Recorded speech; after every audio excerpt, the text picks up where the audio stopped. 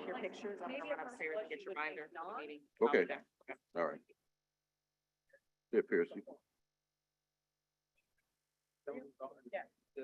Yeah, Put on speakerphone. yeah, so to say, oh my God. Okay. I mean, the fact that like Andrew Tizzolo teamed in for.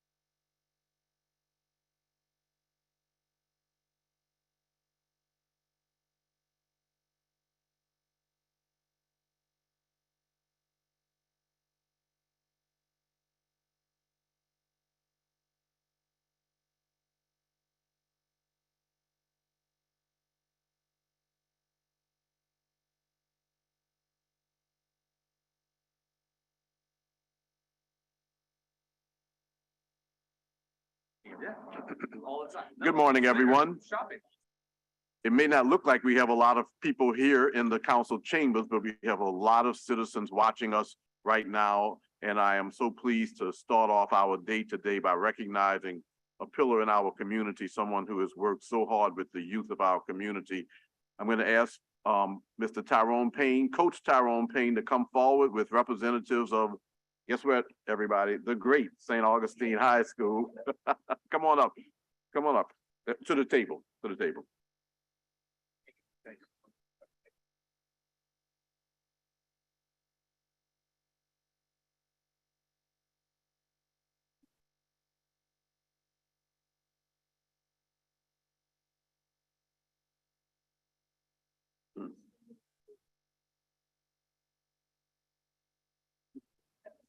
Oh, I'm sorry. Yes, have a seat. I'm going to ask each of you all to identify yourselves for the public that's watching, and also I'm going to ask you to say something good about our honoree today. So Coach Dixon, I'm going to ask you to introduce who's there with you, but for the benefit of the public, Coach Tyrone Payne. He's Tyrone Payne, but he's also a great coach. He's a 1977 graduate of St. Augustine High School.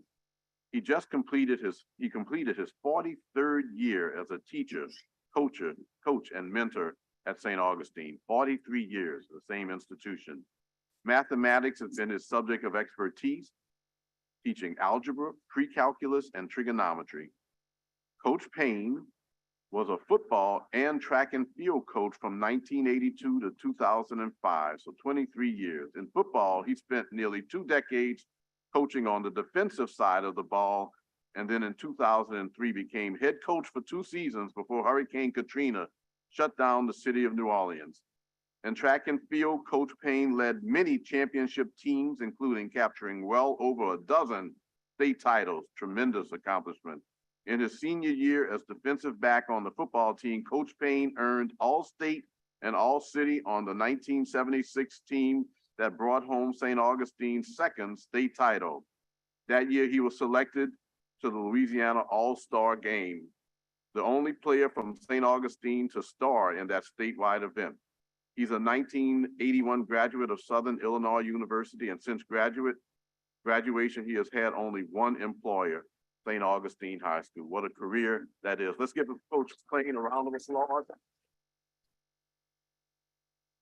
That is a tremendous honor, and I'm pleased to know you and have known you for all of these years. I'm also a graduate of St. Augustine High School, 1976, so 1 year before, but certainly had an opportunity to see you in action and appreciate what you've done. You've touched thousands of youth through your involvement as an educator and certainly as a coach, but your commitment to that one institution has helped to make it the great institution that it is. And your work is greatly appreciated. Coach Dixon, identify yourself and identify who's at the table with you for the public. My name is Darren Dixon, and to my right, far end, I have Miss Payne, that's Coach Payne's wife. And to my immediate right, I have our principal, Mrs. Lazana Cambryce. Good, good. Great to see you. What do you have to say about our Coach Payne today? Well, the thing I can say about Coach Payne is what he was a great motivator. And he touched all the students, not just one, not just the top student, the bottom student also. And that's one of the things that I took from him when I was under his coaching, is that he was that motivator for all students. And I say in that building, teaching geometry, coaching, whatever it was, he was the man. Right. You know, he worked hard, and I say he's one of the best that ever did it. So it's well-deserved. I want him to enjoy his retirement, and that's it. All right. All righty. Great principal. There's words can't describe the contribution that Mr. Tyrone Payne has made to, I would venture to say, the world. His accomplishments at St. Aug and locally, they go without saying. But Coach Payne has touched so many over the period of time. I can be fortunate to say I was drafted onto the track team my junior year, and it changed my life. In more ways, it created me and molded the man that you see before you today. We have a well-documented history. We have a well-documented legacy, very well recognized. That Purple Knight. When you want to see a Purple Knight, you look at Tyrone Payne. So I'm very honored to be here. Very thankful. We miss him already. Right. Such contribution, such service and dedication is very rare these days. And we want to relish, and we're very, very thankful. And praise God for having Tyrone Payne come through 2600 and being between law and order. Thanks for those inspiring words. Thank you very much. Mrs. Payne, this is a big day for your entire family, but coach I'm and for here you for too. support, but Uh-huh. always an honor and a pleasure to see him, get his accolades while he can still, acknowledge and, be acknowledged, but I'm just proud of him. Thank you very much. It's so good to have you here too. That'll look great in the photo that we're going to take. Here at the City Council, we like to recognize the positives in our city. We especially like to recognize those who have worked with the youth of our city to help create a better city. I raised 3 children here in the city of New Orleans, including one graduate of St. Augustine High School, who's a graduate of Tulane and also an auditor right now, doing very well in his field. And here I am 47 years later. I talk about St. Augustine whenever I can. I had an opportunity to go to college, to Harvard University, for example, and my license plate has St. Augustine High School on it. So that's how much St. Augustine means to me. But I'm just so pleased to be able to celebrate the good that is in our city. Those who are many times unsung heroes outside of St. Aug, maybe not as many people have heard of Coach Payne, as should have. But at the end of the day, your work speak for your self, your personality. It's a great addition and it's a great enhancement to our city to have someone like you who remained focused and did so many things for our youth. And with that, I ask you if you have a few words for those who are watching, those who are here today, and also those who are watching on television right now. Coach? First of all, I would like to thank God for steering me and guiding me. St. Aug, I wasn't a big St. Aug fan coming out of junior high. You know, I'm going where the dogs are. And from nowhere, Mr. Otis Washington pulls up and said, "What school are you going to?" So I'm going to blah, blah, blah. So you want to go to St. Aug? So it was a total accident. When I first arrived there, it was a difference. It was a difference maker in me. In other words, I was surrounded by guys who preached to us. And you know, Mr. Green, that we were second to none. I was in an atmosphere where we had everything. You know, coming up playing football, Coach Dixon and I, when we were young, sometimes our park team, we'll go play different teams, and we may have had 15 guys on our whole team. And we look across the field, and those guys have 40, 50 players. They got coolers, they got cheerleaders, they have parents, and we in the back of a pickup truck going over there with different color helmets on to play. But when I arrived at St. Augustine High School, it was a difference. The principal, the teachers, Mr. Otis Washington, Mr. Eddie Flint, the atmosphere was if we were second to none. And it really did something for me. It did a lot for me to hear guys, to hear people tell me that we're second to none, that we're just as good as anybody else. And we went out and proved it as a team. But what happened to a guy at that particular time, 14, 15 years old, who come up in a time where we were, you know, this side of the lake, that side of the lake, but to have everything in front of you and the support, and then to go out and play with a bunch of guys to play football or whatever sport we were in, and the support was there for us. It made a difference in my life. And again, I say the Lord guided my steps, because even St. Aug, he brought me there. He protected me for 43 years. First thing I like to say, Mr. Green, and it's an honor being here, but it was never a job. I had fun. Right. He wasn't, when you going somewhere where people say work, and you enjoying yourself every day, you helping kids, you seeing kids come back and say, "Coach, I appreciate you, made me feel good." But that's exactly the same thing Mr. Otis Washington and all those guys, Father Rook, they did for me or for us. And you know what I'm saying. Right. So it's a pleasure, honor being here.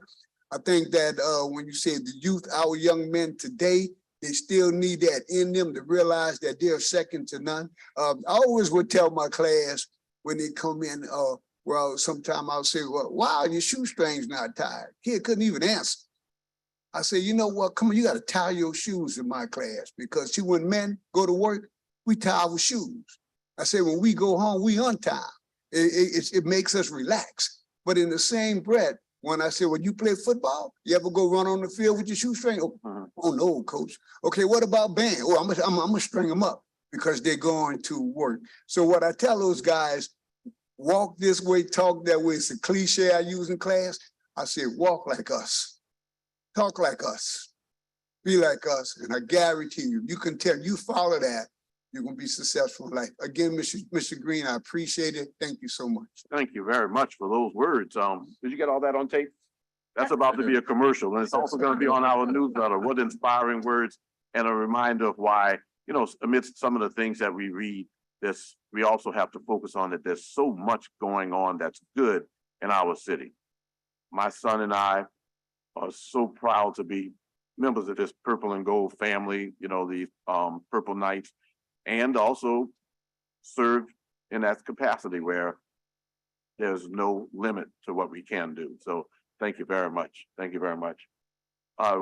You want to say? Councilman Green, Yes. if I may, I think it's important to point out that as an example of Coach Payne's reach, one of Councilman King, Freddie King's staffers, Mr. Charles Toney, is a 2002 graduate of St. Augustine, and he had the opportunity and the privilege to be coached by Coach Payne. Right. So Now, how about example that? is reach. Yes, and he's here for that purpose, but he sees St. Aug coming through all the time. I know that Council Vice President Moreno cannot wait to say something about St. Augustine and Coach Payne. So, sure. Look, I knew you had this one covered. I knew that we were good, you know? So I have a 10-year-old shadower today. Good, So, all right. but I knew you had St. Aug covered. All right, thank you very much. We're gonna take a photo, but I want to read this proclamation. Whereas the city of New Orleans is renowned for its food festivals, famous citizens and foreign visitors, and great people such as Coach Payne. Whereas the city council takes great pride in paying tribute to events and activities, now therefore be it proclaimed by the city of New Orleans that the council recognizes Tyrone Payne. And I'll say Coach Tyrone Payne. This is an appreciation of your many years as an educator and coach at St. Augustine High School. Thank you for your positive impact on thousands of youth in New Orleans, and it's in the name of an authority vested in the New Orleans City Council, signed by all 7 council members at my request. Thank you for those 43 years and for continuing to get involved with those activities that are going to benefit our youth. And I look forward to seeing you many, many times as we move forward. We're going to take a photo up front. Thank you very much. Can we have one more round of applause for Coach Payne? You come right across the front if you can take a photo with you holding it.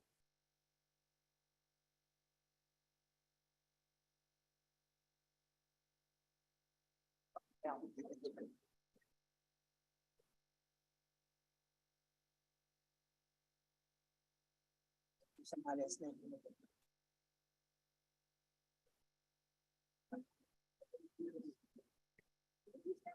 Sure, my pleasure.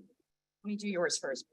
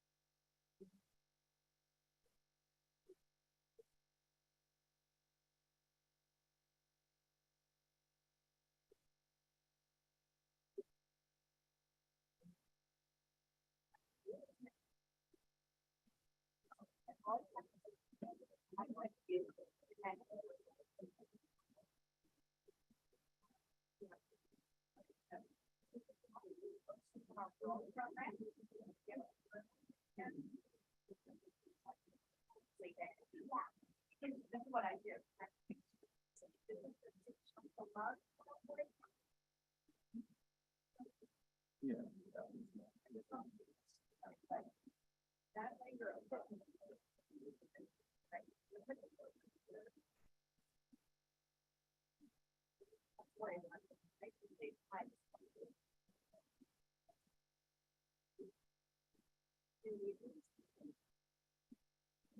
Oh.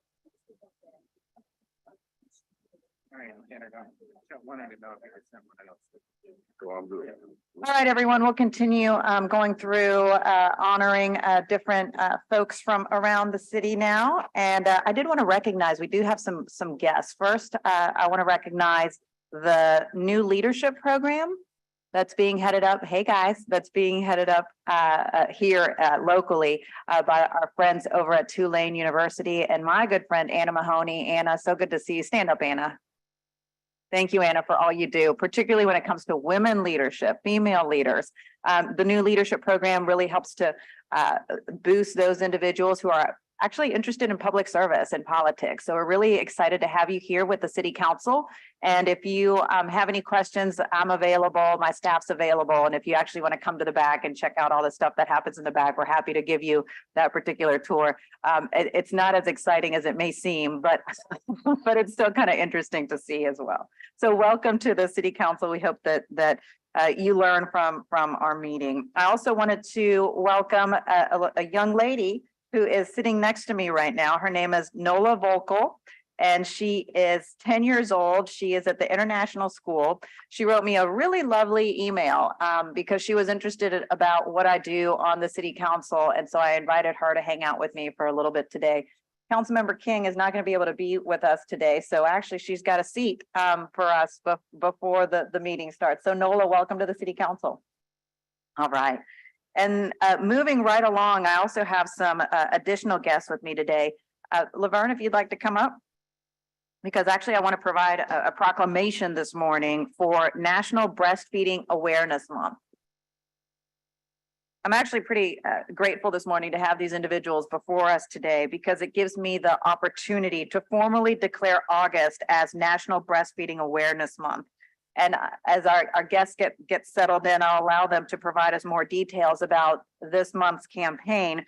But I have to say that it is so critical for our community to realize how important breastfeeding is for family health, to protect from disease, and building a foundation for lifelong health and wellness. In addition to raising awareness of the health benefits, it is critical that employers also provide workplace lactation support, which we really have been pushing for here at City Hall. And I also did that while I was in the Louisiana legislature. This practice yields an impressive return on investment, including lower healthcare costs, reduced turnover rates, improved morale, job satisfaction, and productivity. So with that, I want to turn it over to our presenters. We have, of course, our friend Laverne Solney Toombs, Dr. Michael Griffin, Mrs. Stephanie Marshall, and Mr. Harold Clark. Whoever would like to lead us off can go ahead and do so. Yes, thank you, Michael Griffin. And I just want to thank you all for having us here today and to bring attention and awareness to the national awareness of Breastfeeding Month. As a father of 5 kids and a very large family in this community, I've supported my wife in the support of those kids in breastfeeding. One of the things that so many are aware, but some aren't aware, is that early childhood bonding with mom and the nourishment that is received through breastfeeding is so important to the early development of our children. And so this month brings attention to that.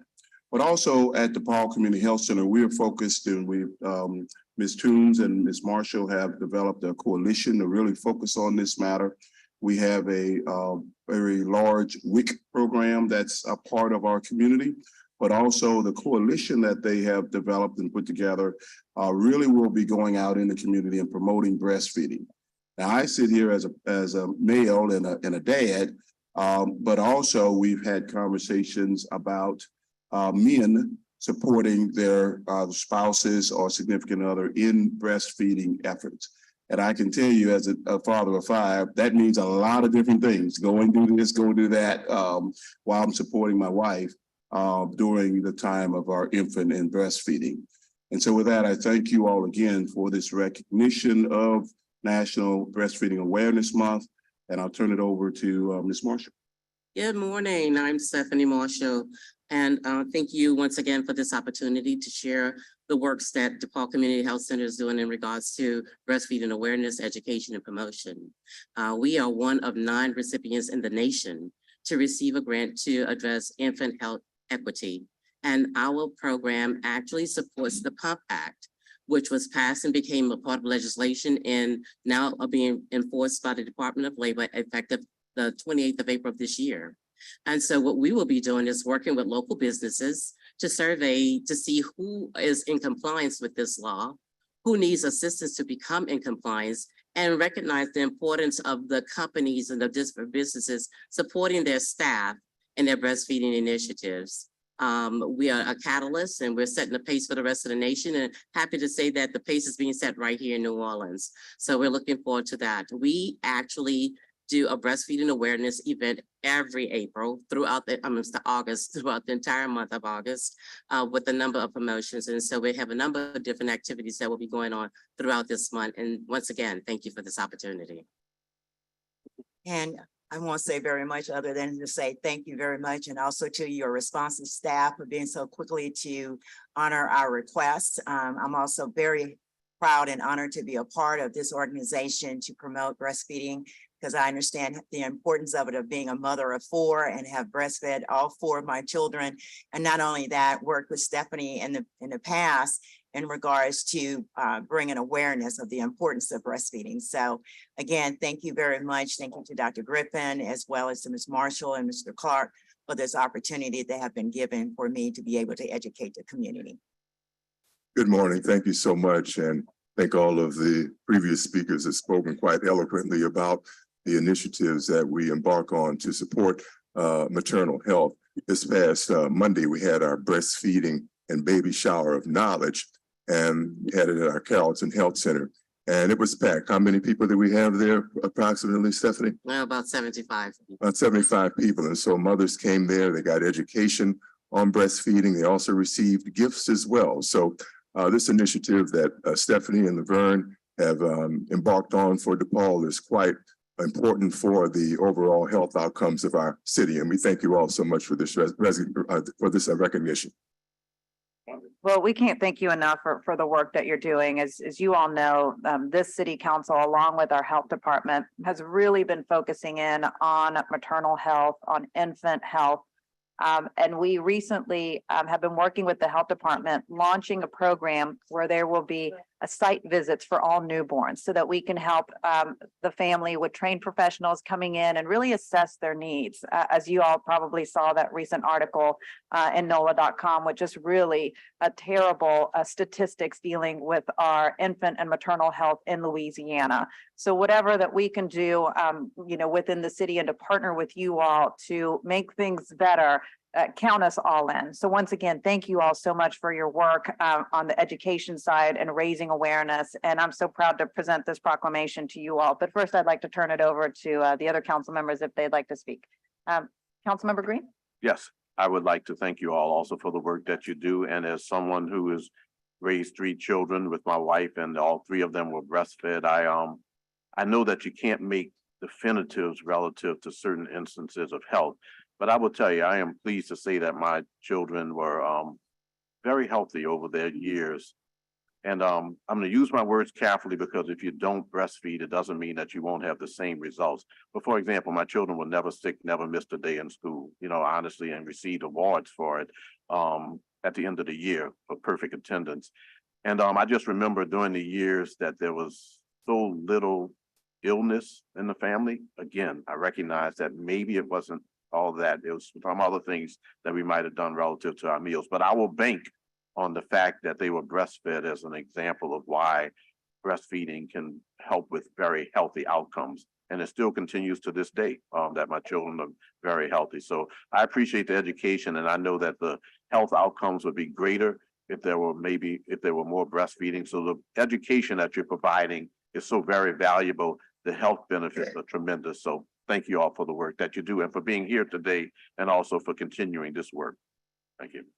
First of all, to the team assembled, each of you guys, part of your name could be community, whether it was Harold or Laverne or Stephanie or Michael. Community has always been central, whether it's health education, education about our family or kids. Mr. Griffin, a lot of folks don't know about the people you help provide medical attention to. They're not even part of your system. And then Stephanie and Laverne, I mean, this has been a way of life for you guys, and then one of the great creative minds in our city. So I just see this as natural. But the good thing about it is that, you know, all the old data is there from those great expectation studies to the work Mike Andrew has done and Dr. Stevens. It's good to see you guys picking that up again, you know, and I think it's just a natural effort. I spent some time this morning talking to a group of young folk about family and parenting and those issues, and so much is going awry. And we just continued those efforts that were started in the late 80s and 90s, we wouldn't be dealing with some of the challenges today. So four perfect people to deal with an issue that has been around for a long time. Thank you all very much. God bless y'all for that.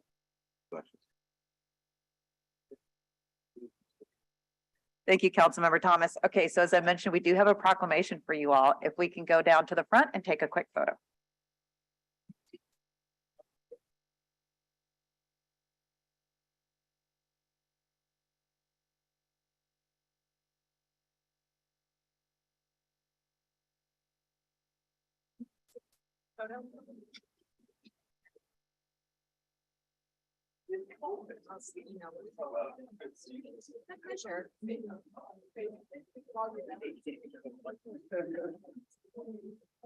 All right.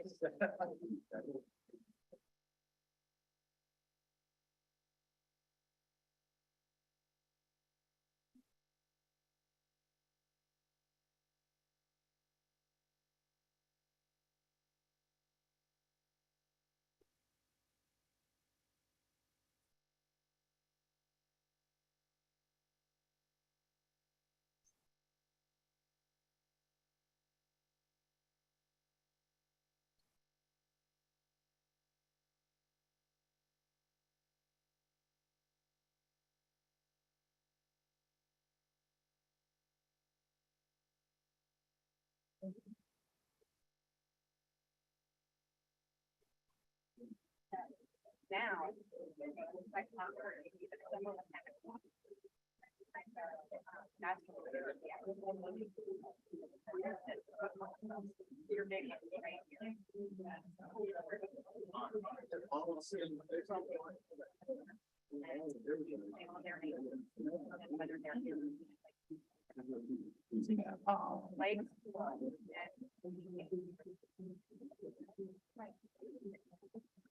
Moving it right along.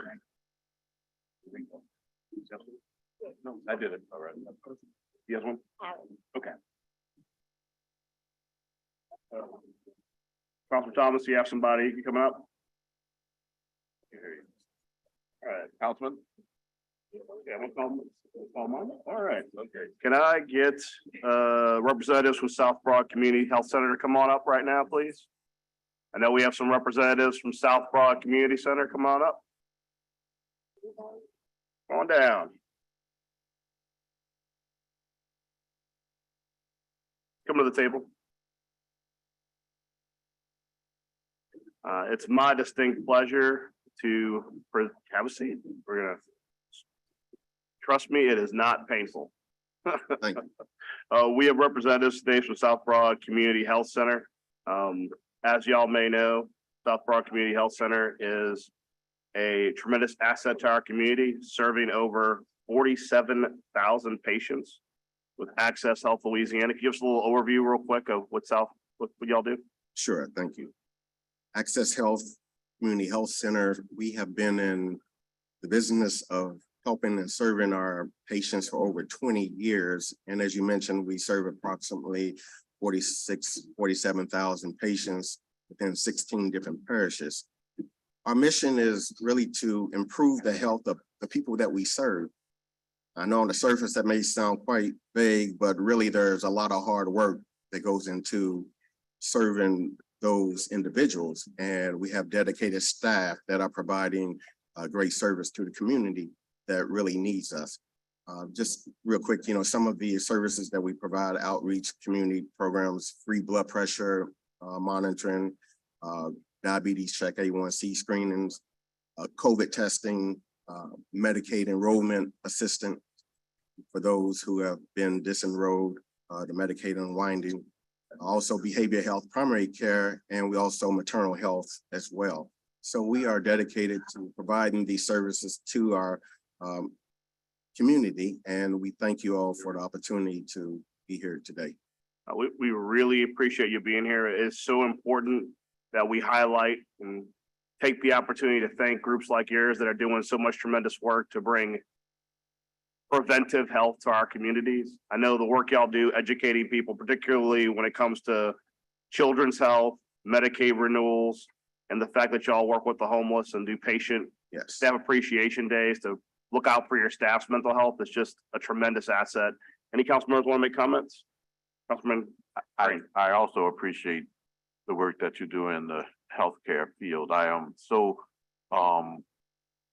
pro New Orleans in terms of people taking advantage of some of the resources that we have that sometimes people don't really know about. And I'm just so glad that there are people such as yourself and those who work with you who are involved with providing healthcare to those who are in need. Thank you very much for your work. Yes, and we provide services to those that homeless that Right. do not have insurance. We do not turn away anybody. That's very important. And we also have our in-house pharmacy 340B program. I know there's been a lot in the news about these pharmaceutical companies, as far as trying to restrict the 340B program, but here recently, the state did have some wins, like Merck and Teva, they provide medication that's needed for our patients and staff as well. So we're able to offer huge savings, for those that need those medications. And I just want to let you all know that as well. Thank you. thank you so much. So I appreciate you being here today. We have a proclamation for you. We're gonna come down there and take a picture and thank you. Oh.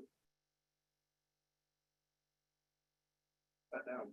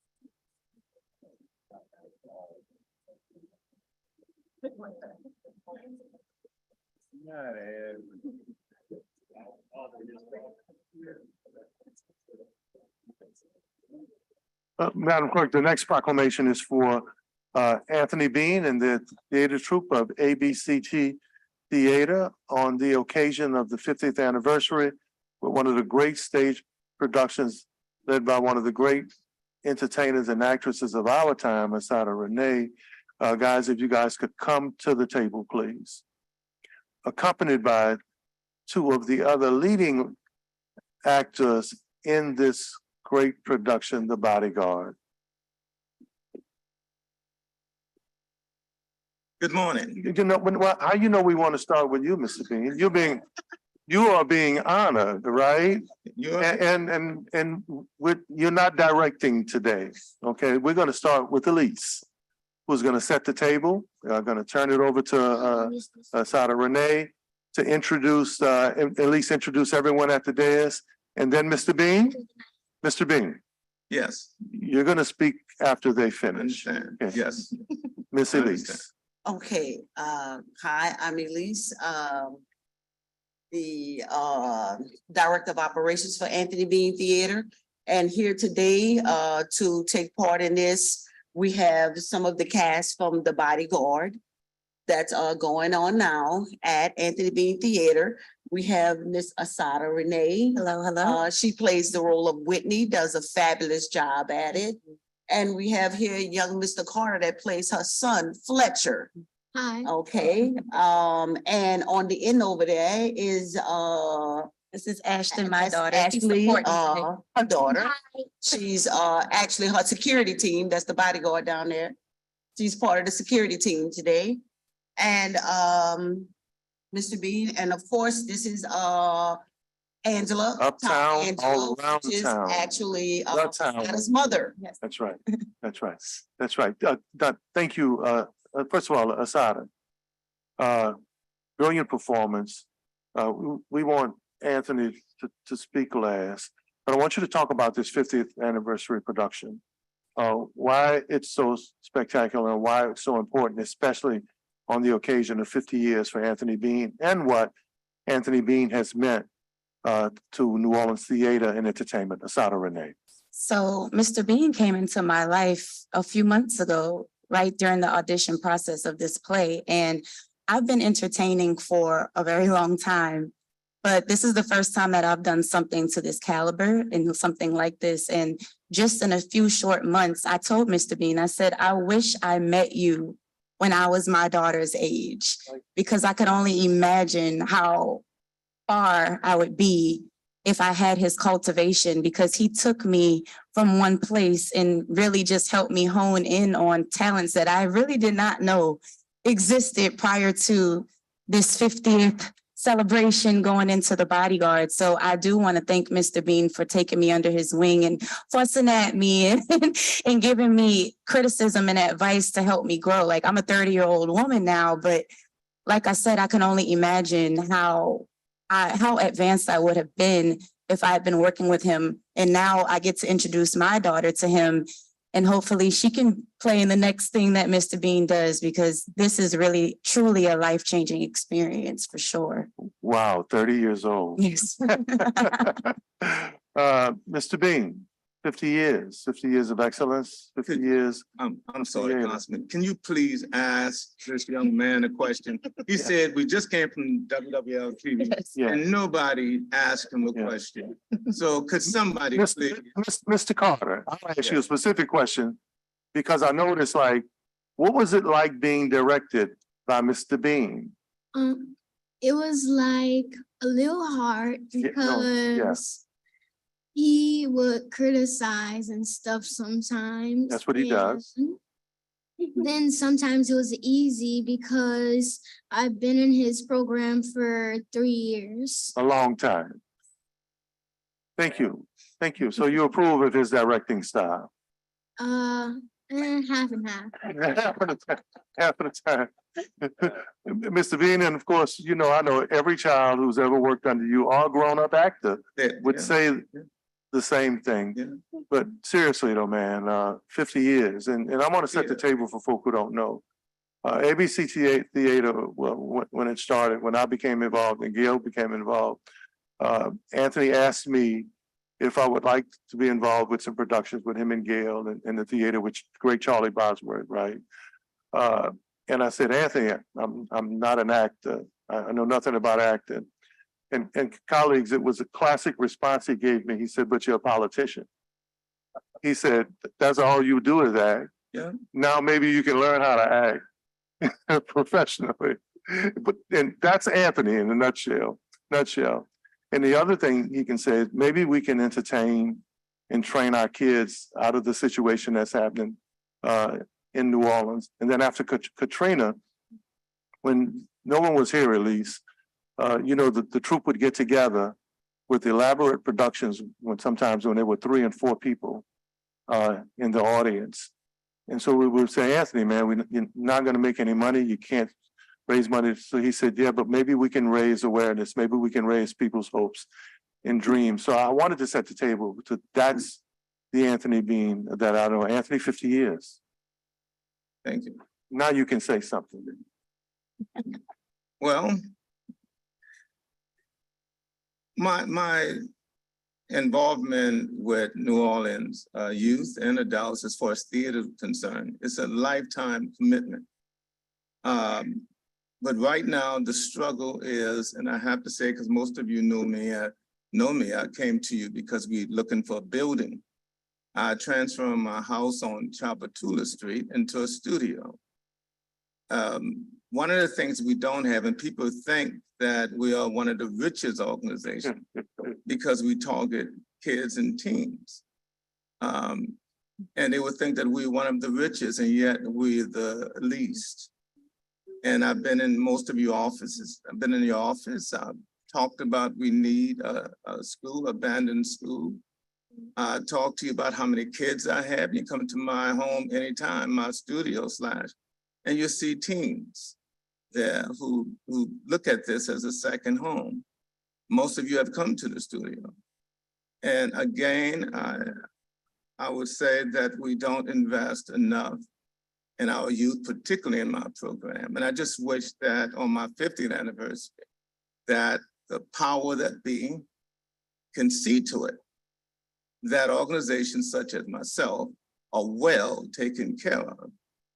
Because I have 50 years invested my life in the youth and the adults in this community. And I think that it would be a wonderful thing to show my appreciation. The proclamations, all of that is nice. But it'd be nice to know that I have the power that be, the council people, the mayor's office, making sure that I'm taking care of to take care of my young people such as this. And this is one of the things why I still have life, that I can see this thing, I can see a commitment instead of just words. Words and proclamation is wonderful things. But I need to see some commitment where we can actually throw dollars at this thing so we can, even what they say, out of minds of the devil's workshop. I would like to see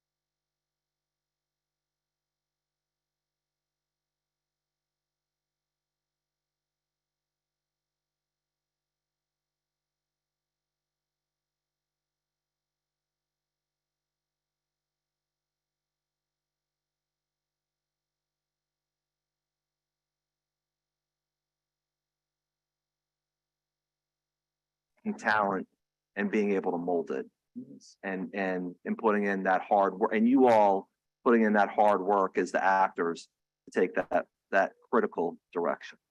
Thank you for all of your work. Councilmember Harris. Well, thank you, and thank you for being located on Chapatoulas in District B. Yes. It's good to see you again, and I cannot wait to see the production. As far as a school building or something that, you know, we've talked about it before, and I know that the school board is trying to get their ducks in a row as figuring out what to do with some of their property that is no longer useful to them. So I can do to help facilitate those conversations. Katie Bodwin is the head of their real estate committee, and I know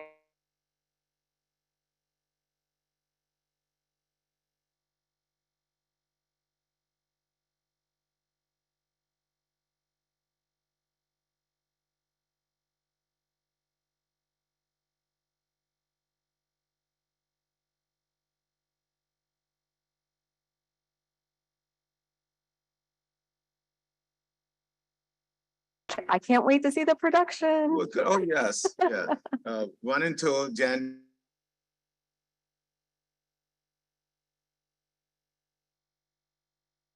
Weekends, please come out and see this. Councilmember Marino. Do we have time for a quick song?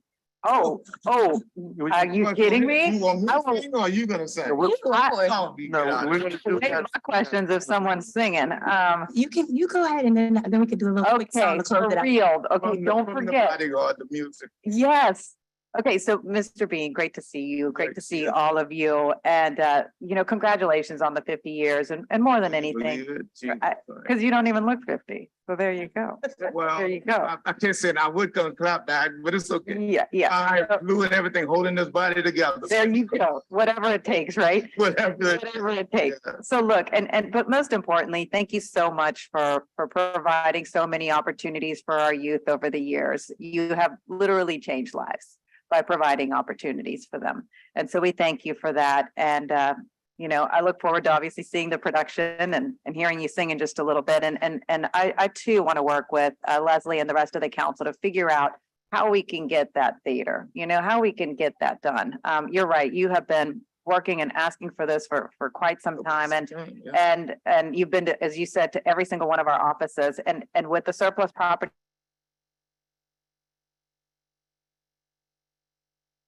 that the schools have, there has to be some type of avenue. You have time for a. Yeah, okay, good.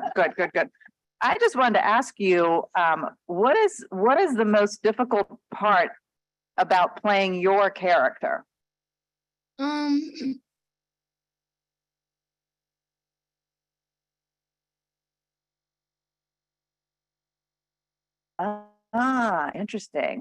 Interesting. But I bet you learned how to do it and you got it right, huh? Yeah. Okay, good. Thank you. Councilmember Morrell. I'll be brief. I know Mr. Bean, City. We just signed the CEA for the New Orleans Cultural and Recreation Fund and absolutely participate in that. You said earlier, if we expose, we have so much raw talent in the city that if we had more opportunities for people like Mr. Bean to refine those individuals at a young age, we could have 20 Anthony Mackies out there. Because in so many other cities where the government puts its money where its mouth is, to provide can maximize your ability to refine and create those catalysts to develop that raw talent. It amazes me how little New Orleans invests in cultivating talent, and yet talent still emerges on the national level. So I look forward to working with you on that, and as well as continue to work with you with the school board to try and find other locations, because they have a tremendous amount of surplus property, which would be ideal for your needs. Yeah, And working with you to figure out how we can make that happen. please do. Thank you. Councilmember Green. Mr. Bean, thank you very much for Thank you. 50 years. Thank you. Appreciate your work and I do hear your concerns. I hope that the school board can work something out with regards to those surplus properties. I kind of also remind you, I don't know if you've spoken to some of the churches. Some of the churches don't have a lot of activity, and sometimes they have activity centers. I don't know if they're large enough to accommodate your needs, but I'll be thinking more about something along those lines. I can't control what the school board does, but I can certainly talk to some of the churches that are larger that might Yeah, have. we have building space, talked with you know. some of the churches, but some of our players are provocative. And we don't fall under the holier than thou. Okay. So there is a kind of, but I have been talking to churches, but they have you can't do this, you can't do that. Okay. But yes. I won't touch that one. I'll stay away from that. Thanks for the 50 years, and I'm looking forward to many, many more years. I will be there for the bodyguard before August 27th, but I mean. Well, thank please you. do. Yes. Please do. And And let us appreciate know the so young we can people. reserve seats. The tickets are going fast. Okay, good. And it's so great for you to bring young persons here with you, and I congratulate them. And again, it's an example of some of the positives that we have in our city that need to be focused on more, the positives among our youth, what they're doing, and those who are mentoring and providing for them as you are. Thank you very much. You have a question for Mr. Cole? Yeah, Mr. Carter. Well, what is right here, look. Will you consider St. Augustine High School? You did that, Joe. You did that. Mr. Carter, thank you very much for first wanting to have questions asked. That is a good thing. Because some folks are shy away and they become potted plants and they don't move and they don't say anything. But what's been your most rewarding part of participating in the bodyguard? The most rewarding part is that I got to get the experience and I got to know how it actually works to act. Well, you are right on time with your One of the responses. things that he Thank had a problem with, and he actually got a handle on, is showing affection. This is his mom, so you had to hug her, and he would like, I don't do some kind of a hug and holding hands. He had problems with showing towards his mom. Okay, well, But he seemed another to great have- A lot of us had that problem at that age. Right, right. Especially with girls. Yeah, okay, maybe so. But he's now, I don't know if we can control him after this show. Right. Looking forward to watching your career grow, Mr. Carter. Yeah, that's another play, Anthony. Yes, indeed. First of all, Anthony, before I read this proclamation, in 50 years, Councilmember Green, your question when Anthony talked about the extent in some of the plays that maybe don't qualify for churches or religious institutions. ABC Theater has proven its social worth in terms of this community. Some of the plays and productions are very provocative. They challenge us in our conscience, in our humanity, from No Ends, No Dogs, No Jews. I think it was Green or Schmidt's play about race and about how it's portrayed. Irma, original, Reflections of Original Irma, fabulous woman who didn't get her due, given that she was a brand in this city. Mr. Ricky calls a meeting. Yeah.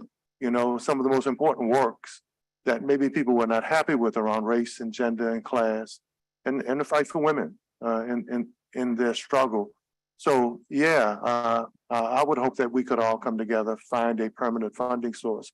But for the bodyguard, I was there with a lot of people that I've worked with a little bit that I've learned to do with acting and productions. And the bodyguard is another level. Yes. It really is. And Sada Renee is being extremely modest, but she is a star, a co-star, a star. Yes, she is. She is absolutely one of the most talented people that I've never heard about, that I've seen on stage, from her voice, her ability to act, her ability to engage the crowd. So as humble as you are, young lady, God has given you a gift. Please don't take it for granted. Continue on your journey, because there were a lot of notable people there watching that first night. And for everyone who was not there, they really need to support this play. It's therapeutic in this very difficult time that we're in. We really need to entertain ourselves and be entertained. Now, the proclamation. Whereas Anthony Bean grew up in the New Orleans 7th Ward during the 1960s, and whereas as early as the 9th grade, he entered into a drama club and began studying plays and playwriting to help him perfect his own writing abilities. And whereas in 1973, he helped found the Ethiopian Theater with a group of students from John McDonough High School. And whereas in 1985, he took his talents to Los Angeles and continued to work there with his theater company for the next 10 years. And whereas he moved back to New Orleans to follow his own vision and incorporate younger people to make a business out of theater. And whereas in 2000, he started the ABCT Community Theater and Acting School and has averaged 7 productions a season with plays and performances by Cheryl West, Lucinda Eugene Perkins, Stephen King, Chris Thomas King. And whereas his role as an actor, educator, and advocate is evident in all he does, now therefore be it proclaimed by me as well as all my colleagues that we congratulate Anthony Bean on 50 years of producing Black theater excellence. Hear, hear, Anthony Bean. Wait, Councilmember Thomas, what about the song? Oh. Sorry, I really wanted the song. Truly, if you can get it before going into production, you want anything that comes out of Renee's mouth. Absolutely. Clock strikes upon the hour and the sun begins to fade. Still enough time to figure out how to chase my blues away. I've done right up till now. It's the light of day that shows me how. And when the night falls, my lonely heart calls. You wanna sing it with me? Say, I wanna dance with somebody. I wanna be with somebody. Yeah, dance with somebody. Oh, with somebody who loves me. Y'all got that for free. Go to the show. It's a lot more. Anthony, let's take our picture. Come to the show.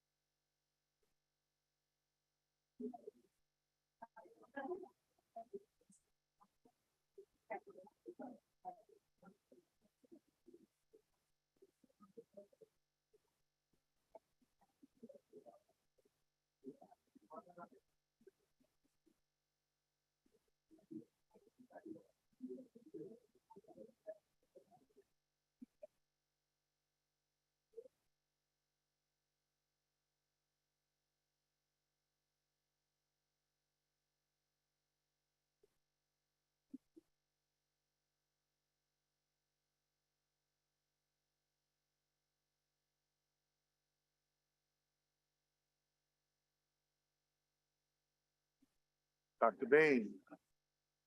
All right, ladies and gentlemen, please take your seats. Please take your seats. We're going to get started shortly. Pastor, why don't you come on up? Because we're teeing you up. I know you've been very patient with us these last couple of weeks. We appreciate you. All right, Madam Clerk. Roll call, Councilmember Thomas, Present. Councilmember Green, Present. Councilmember Morrell, Councilmember Moreno, Present. Councilmember King is absent, Councilmember Harris, Councilmember Jeruso. We have 6 members. We have a quorum.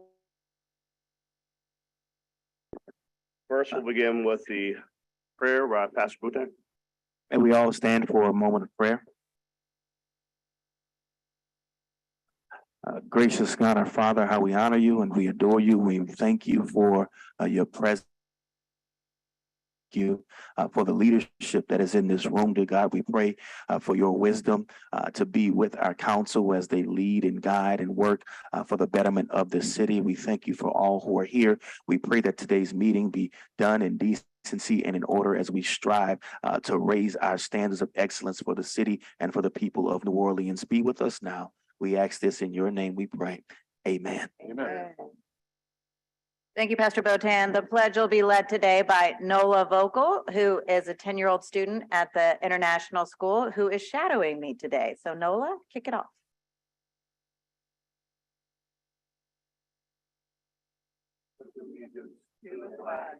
And to the republic for which it stands, one nation, under God, indivisible, with liberty and justice for all. Yeah.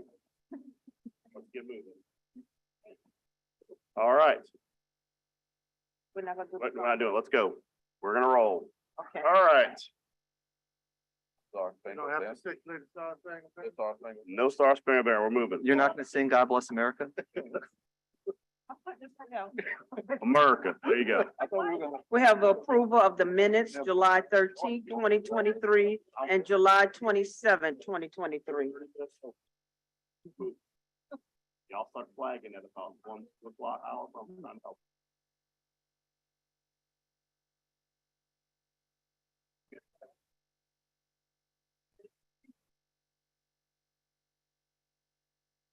Minutes, please vote your machines. Please vote your machines. All right, that is 6 yeas, no nays. The minutes are adopted, Madam Clerk. We're on page 3, the consent agenda. Communication from Aaron Spears, Chief of Staff and Council Utilities Regulatory Office. This should be marked received. Me B. Trepanier, Personnel Director, City of New Orleans.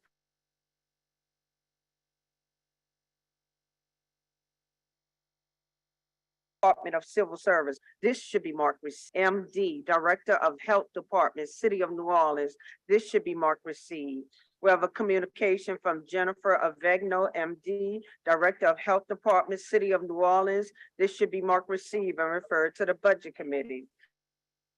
From Zachary Smith, owner, Zach Smith Consultant and Design, 634 Bartholomew Street. This should be marked received. Suggested hearing date is August 24th. We're now on top of page 5. We have a communication from Elizabeth Home, Director of Land Use, Council Member Leslie Harris, District B. This should be marked received. Suggested hearing date, August 24th. We have the report of the Department of Environmental Quality, Office of the Secretary of State of Louisiana. This should be marked received. We have the report of the Sewage and Water Board of New Orleans. This should be marked received. On top of page 6, we have a report of Anita Curran, Council Research Officer, New Orleans City Council. This should be marked received. We have a report of the Executive Director of the City Planning Commission. This should be marked received. Suggested hearing date, August 24th. We have ordinance calendar number 34,279 by Councilmember Green, zoning docket 2823. We have ordinance calendar number 34,280 by Councilmember Harris, zoning docket 3023. Ordinance calendar number 34,281 by Councilmember Harris, zoning docket 3623. We're on top of page 8. Ordinance calendar number 34,282 by Councilmember Harris, zoning docket 4123. Ordinance calendar number 34,304 by Councilmember Harris. The Quality of Life Committee recommended approval. On page 9, we have resolution R 23-348 by Council Members Morel, Moreno, Jeruso, Harris, King, Green, and Thomas. Utility Cable, Telecommunications, and Technology Committee recommended approval. Those are all the matters on the consent agenda.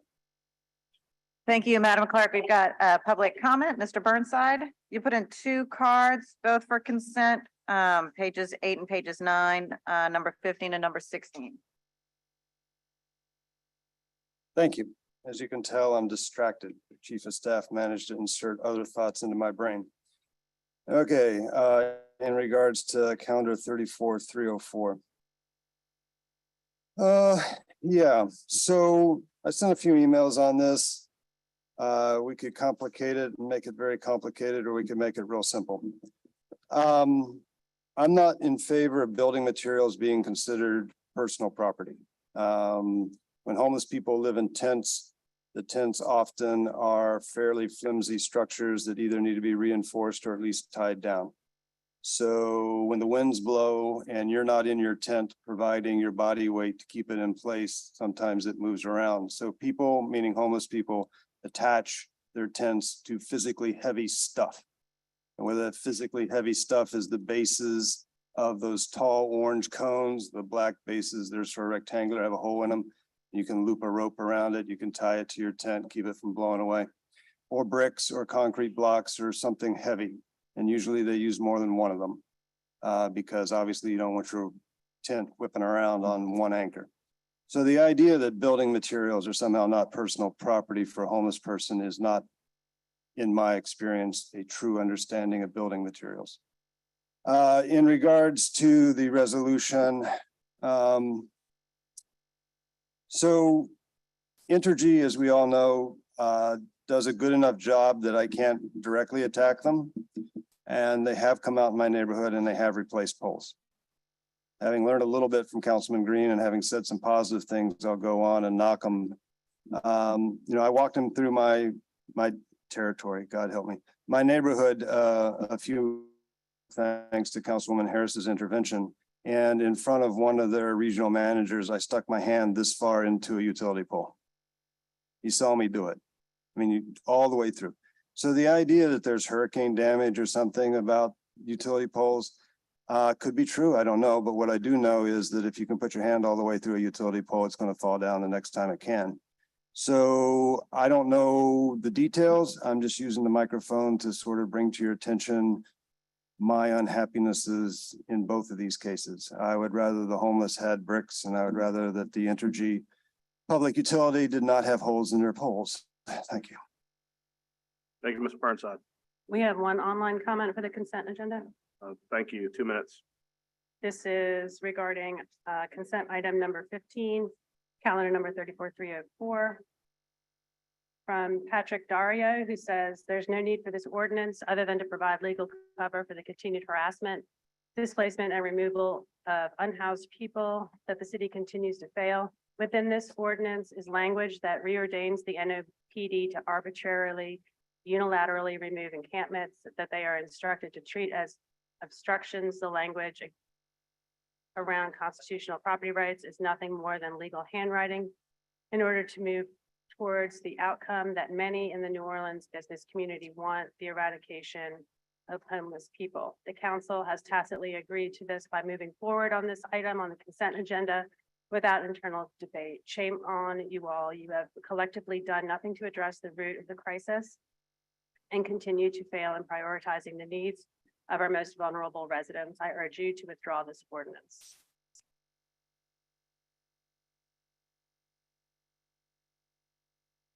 That completes the online comments. Mr. Green, I'd like to respond. There's a motion on the table. I know. Okay. I'm Green, commenting on the consent agenda. I just, Put the motion in second. is there a motion to approve the consent agenda? Yes. It's been seconded? As I'll second it. I've been seconded. Press your. There you go. Oh, sorry. Okay, I didn't see that part. The Granicus working. So sorry. It takes a second. Right, you're right.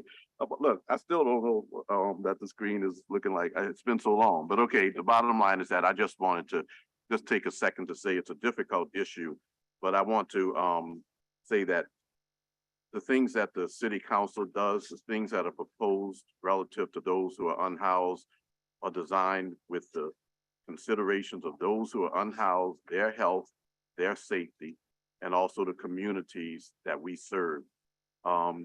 This legislation that was commented on twice in person and also online is an example of us thinking through, and Councilman Harris thinking through what we can do that weighs and balances the needs of those who are unhoused and also the communities that not only surround them that are part of our city. And deep dive and discussion is going to have to take place, and it will over time. But I just want to make it clear that no matter what is brought before this body by myself, and I trust my fellow city council members will do exactly the same, it's designed because we can't pretend that there's not, whether it be health, whether it be the conditions in which they are living, whether it be the conditions in which people who live near them find themselves based on what is going on at those not only encampments, but in other places. We also can't ignore the fact that there is overdoses, there is death, there's mental health that needs to be addressed. But I'm pleased that this city council is considering issues and that this city council provided funding for a homeless, czar. For Harris's record, we're good well, but we're not gonna pretend that there's nothing that needs to be done, that everything is okay. There's a lot that needs to be done to help everyone associated with this issue. And I'm pleased to vote on the consent agenda for the approval of that, ordinance. Thank you.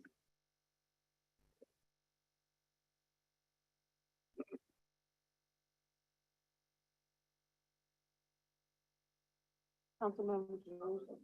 6 yeas, no nays, consent agenda is adopted. Page 10. Gordon has been deferred to August 24th. On page 11. Oh, I'm sorry. It's not 11 o'clock.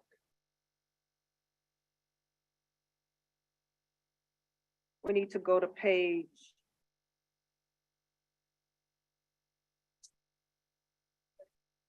Page.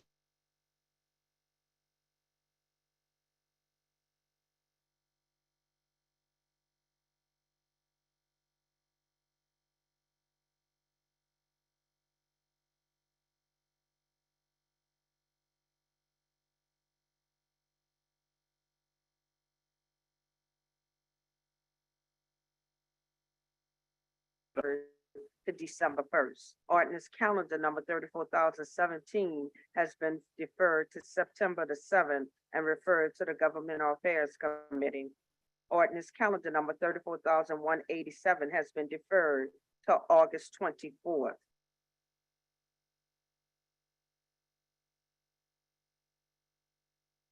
Legislative 188 has been deferred to August 24th. Ordinance calendar number 34,332 has been deferred to August 24th. On top of page 21, ordinance calendar number 34,265 has been deferred to August 24th. Ordinance calendar number 34,275 by Councilmember King by request, adding Councilmember Harris. An ordinance Economic Development District in the city of New Orleans, state of Louisiana, comprised of the immovable property described in Exhibit B, the Riverwalk Spanish Plaza site, designating the governing authority of the Riverwalk Spanish Plaza Economic Development District, provided for the publication of this ordinance and otherwise to provide with respect thereto. Thank you, Madam Clerk. This is a CEA between the Riverwalk Spanish Plaza Economic Development District and the City of New Orleans for a term of 30 years. The agreement, along with the legislation to create an economic development district, will place an extra 2% tax on purchases within the Riverwalk outlet shops. The TIF does not divert any existing taxes. The 2% is an additional tax and is only on purchases within the Riverwalk outlet shops. The tax increment will be used to fund improvements to Spanish Plaza, including infrastructure improvements, programming, and security. The vision for Spanish Plaza will include a restaurant, cafe, outdoor seating, a stage, and various other capital improvements. The project is expected to create construction jobs and permanent jobs and opportunities for small businesses and vendors. I have one comment card from Michael Burnside.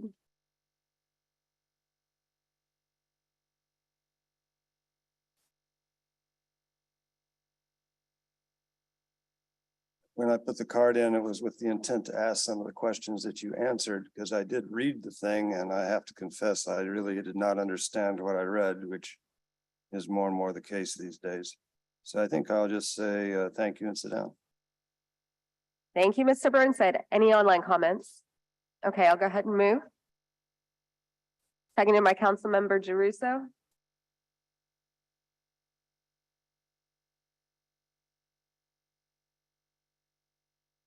I need one more vote. Thank you. Motion passes.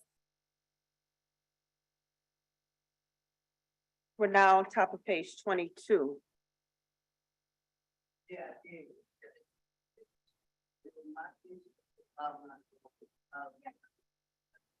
Ma'am, we're helping. Come back here. On page 22, we have ordinance calendar number 34,277 has been deferred to August 24th. We have ordinance calendar number 34,285 by Councilmember Green by request. An ordinance to approve and authorize the mayor of the city of New Orleans acting by and through the New Orleans Aviation Board to enter into a lease agreement at Louis Armstrong New Orleans International Airport with CMG Pipelines, Inc., and otherwise to provide with respect thereto.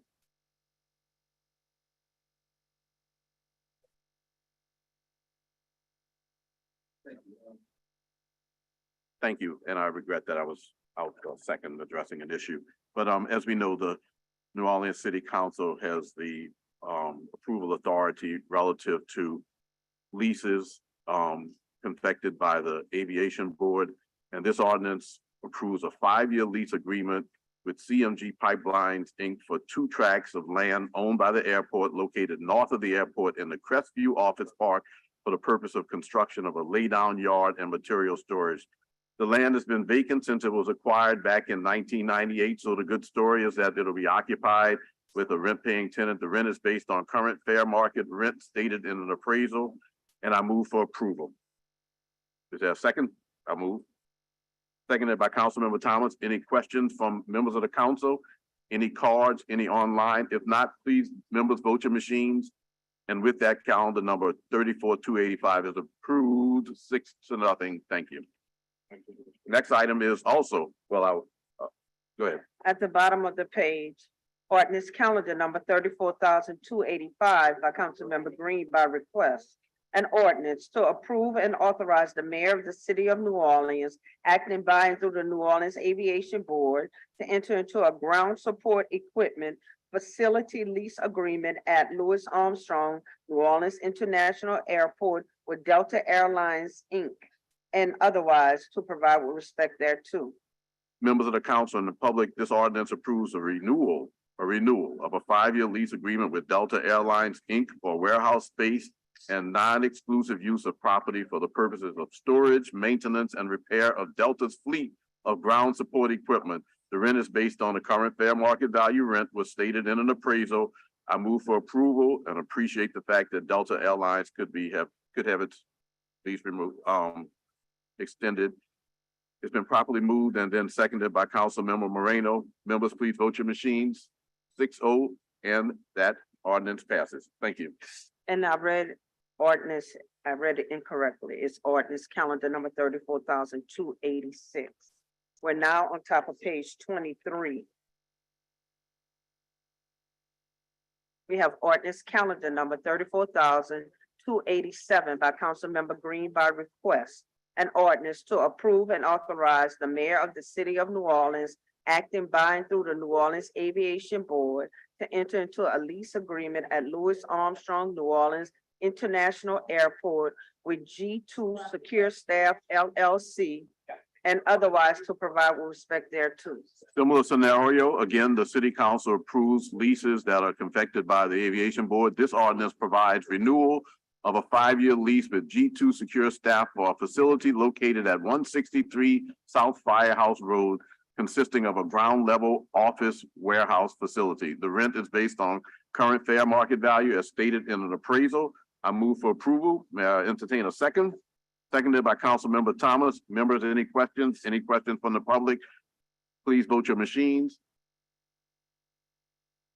And with that 6-0 vote, number 34,287 is approved. Thank you, council members, for your support of those 3 ordinances. We have a legislative grouping, ordinance calendar number 34,289 by Councilmember Morrell. An ordinance to amend selected provisions of ordinance number 24,698 MCS, granting a cable franchise to Cox Communication Louisiana LLC under the conditions and terms therein recited and otherwise to provide with respect thereto. The utility cable telecommunications and technology made no recommendation. Mr. Burnside, you had a comment?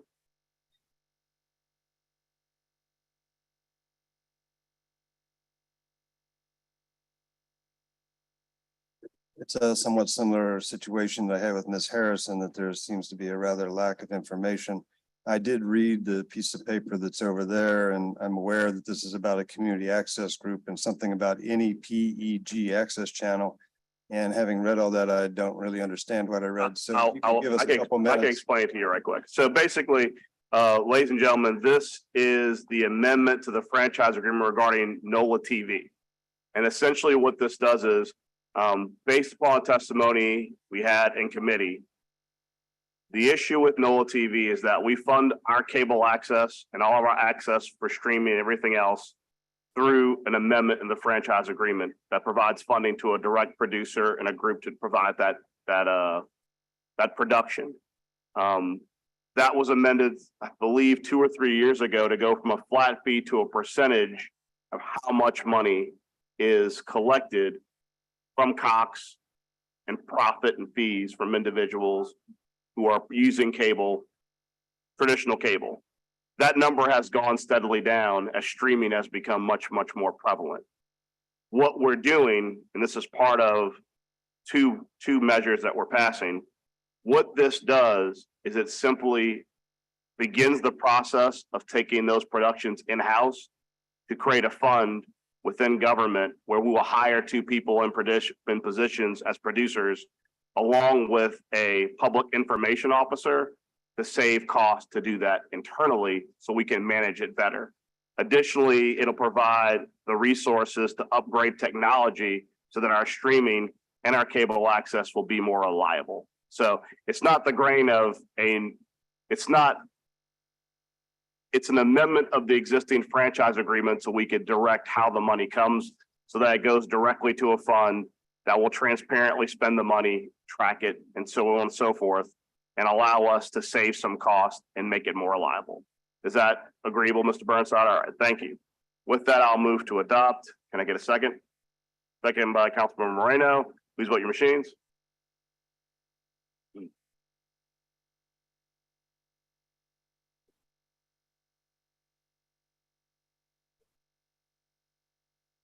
Six yeas, no nays. It's adopted. Thank you.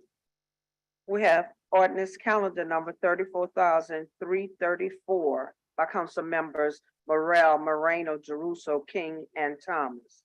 An ordinance to establish the Public Educational and Government Access Support Fund, Division 53 of Article 3 in Section 70 of the Code of the City of New Orleans to ordain Section 70-415.333 through 70-415.337 of the Code of the City of New Orleans within said division and otherwise to provide with respect thereto.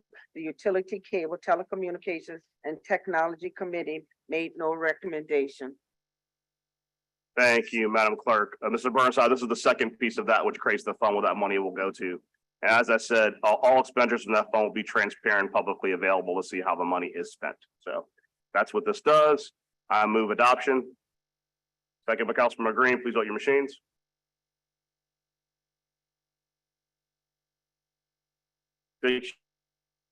Adopted.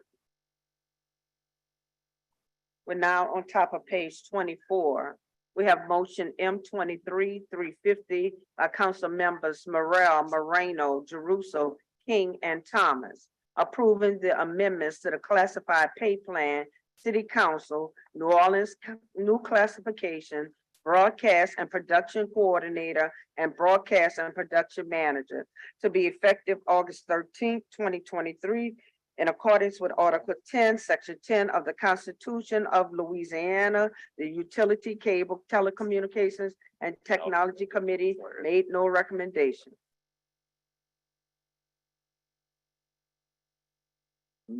Yeah. This is Joe's. We're on top of page 24. Oh, I'm sorry. Yes, this creates the positions, working with civil service to create the production and broadcast managers to utilize that fund to improve the reliability and streaming of our meetings and other related stuff, as well as production value for those community supported programming that we will still continue to have on Access. I'll move adoption. Second by Councilmember Moreno. Please vote your machines. I'd like to make a request, Mr. Chair, to be added as a sponsor of those two. Okay, 21C and 21B. no objection. I hear no objection. You'll be as a co-author of those two items. 6 yeas, no nays, it is adopted. At the bottom of the page, ordinance calendar number 34,294 has been deferred to August 24th and referred to the Budget Committee. On top of page 25, all matters, ordinance calendar number 34,295 has been deferred to August 24th and referred to the Budget Committee. Ordinance calendar number 34,296 has been deferred to August 24th and referred to the Budget Committee. On top of page 26, ordinance calendar number 34,297 has been deferred to August 24th and referred to the Budget Committee. On page 27, ordinance calendar number 34,298 has been deferred to August 24th and referred to the Budget Committee. On page 28, ordinance calendar number 34,299 has been deferred to August 24th and referred to the Budget Committee. On page 29, ordinance calendar number 34,300 has been deferred to August 24th and referred to the Budget Committee. On top of page 30, all matters, ordinance calendar, no, just the first one, ordinance calendar number 34,301 has been deferred to August 24th and referred to the Budget Committee. We have at the bottom of the page, ordinance calendar number 34,302 had by council members Jeruso, Moreno, Green, and Thomas by request. An ordinance to amend ordinance number 29,265 MCS as amended, entitled an ordinance providing an operating budget of revenues for the city of New Orleans for the year 2023 to appropriate funds to the Department of Finance for the outstanding parity bond notes in series 2012, 2016, and 2017, and otherwise to provide with respect thereto. The fiscal note was received. Thank you, Madam Clerk. These were the matters discussed at the Budget Committee earlier this week, in that in 2020, the city took out what's called a certificate of indebtedness, which is like a line of credit, in order to help with the city's revenue flow. Of that agreement, apparently, the bank had inserted something called a put option, which obligates the city either to pay the total amount of the principal that's left in the amount, or to refinance on a new interest rate level. Because we refinanced at a 2.25% interest rate level and owe about $8 or $9 million per year, it's very clear that what we would owe if we refinance would be more expensive than paying this off in total. What the administration told us is that the funds will be paid from fund balance. I know there's some questions about what part of fund balance that comes from.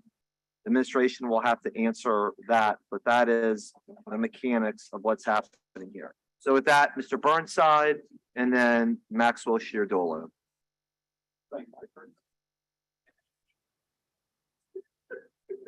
All right, I don't know Maxwell well, but I think I'm going to steal somebody's thunder when I point out that the fund balance is evaporating and we're not dealing with affordable housing. The next thing I'm going to point out is my own channeling myself, which is $34 million is not small peanuts, and we do have a board of city liquidation and debt. And the city board of liquidation and debt does have something like 19 mils on my property tax. So are we having a bunch of debt that the city board of liquidation and debt's not dealing with? I mean, do we have like two piles of debt?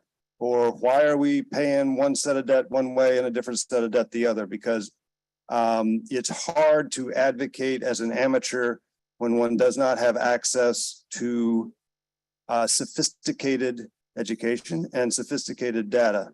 And what I'm seeing is, quite frankly, from my point of view, not very much money being spent on homeless and a lot of money being spent on investment bankers.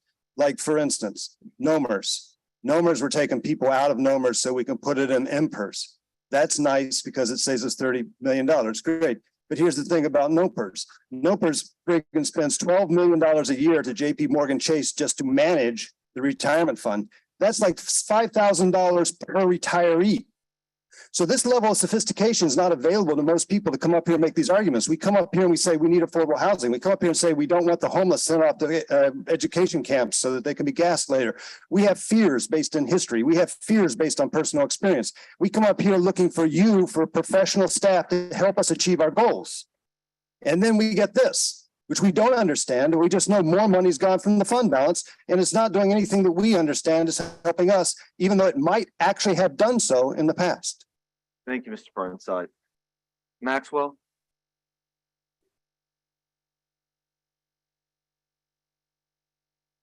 Hi, Council. Maxwell Chardulo, Louisiana Fair Housing Action Center, 1340 Poydras. And Michael, you can steal my thunder anytime.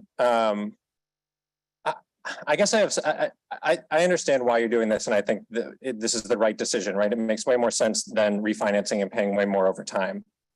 My concern is, as per usual, about process, which is that this is $34 million coming out of the fund balance. And we still, after asking the CAO to come before you multiple times, have a ton of confusion about exactly what's in the fund balance and what part of the fund balance this is coming out of. Is it coming out of the portion that he said was non-spendable and therefore we weren't really counting on it to fund some of our other priorities down the way?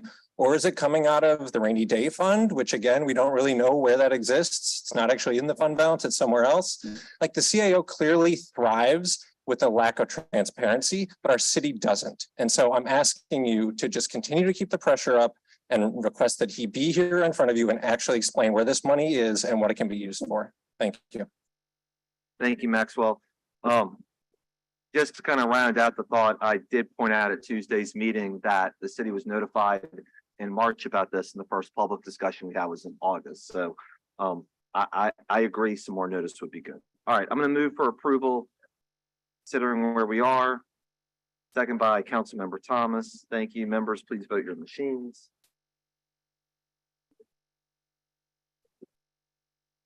Six yeas, no nays, and the companion ordinance will be next. Councilmember, are we ready to go to your 11 o'clock matter? Yes, ma'am. We're now on page 34. We have a legislative grouping, ordinance calendar number 34,309 by Councilmember Morrell. An ordinance to amend and reordain section 2-930 of the Code of the City of New Orleans to provide relative to residential occupancy of city-owned property by city employees and elected officials, and otherwise to provide with respect thereto. The amendment. Madam Clerk, we're going to be withdrawing this amendment, so if you want to save your voice and not read the whole thing. We're going to withdraw this. Okay, thank you. We good. Now, but we do have another amendment, and it is by Councilmember Morrell.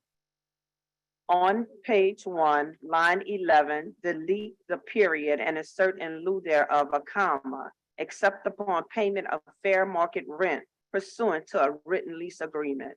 Number 2, on page 2, lines 16 through 18, delete no unit within the Upper Pontaba building may be leased to, reserved for, or otherwise made available to the city, any city employee, or any elected official, and insert in lieu thereof, the French Market Corporation shall lease all units in the same manner and without preference to any city employee or elected official. That is the amendment. Thank you. Let me explain for a second why we had to amend it and why the new amendment is worded as such. The original ordinance required payment of fair market value for rent of any movable property owned by the city, public benefit corporation, and required the French Quarter Management to take possession of the mayor's unit and offer for fair market rent. There were some concerns with the wording as far as potential conflict that could arise between the city directing a organization that is a pseudo city department to do a very specific task. And in working with our council, as well as the city attorney's office, we were required to reword it, but to essentially have the same effect. Effectively, what this amendment will now do is require that all the leases for apartments at the Pontaba all be required to pay for fair market rent and that there be no preference for city employees, elected officials, and tenant selection. What effectively that will do is it will make sure that there is not a singular unit in the Pontabla that where rent is not paid. And by requiring it have no preference for elected officials or other individuals, what it will do is it will go to the waiting list. There's a waiting list of about 300 individuals who have put in or requested for Pontabla apartments. Anyone who would like to seek a apartment, including should it be a mayor or the like, would have to go to the back of said waiting list, as they would have no preference as far as that selection process. So it effectively does the same thing, but after consulting with our council, we are doing it in a way that is legally sound and succinct. So that's what the amendment. I will move for adoption of on the amendment. I know there's some comment on the ordinance itself. I will move for adoption of the amendment. Can I get a second? Second by Councilman Moreno. Please vote your machines.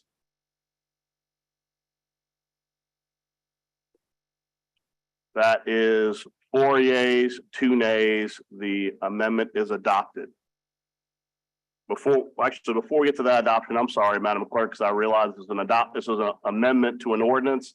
There were individuals who would like to speak. So before we finalize this, let's let those individuals speak. We have Mr. Burnside. After Mr. Burnside, we have Mr. Morgan. Mr. Burnside, you want to speak on this?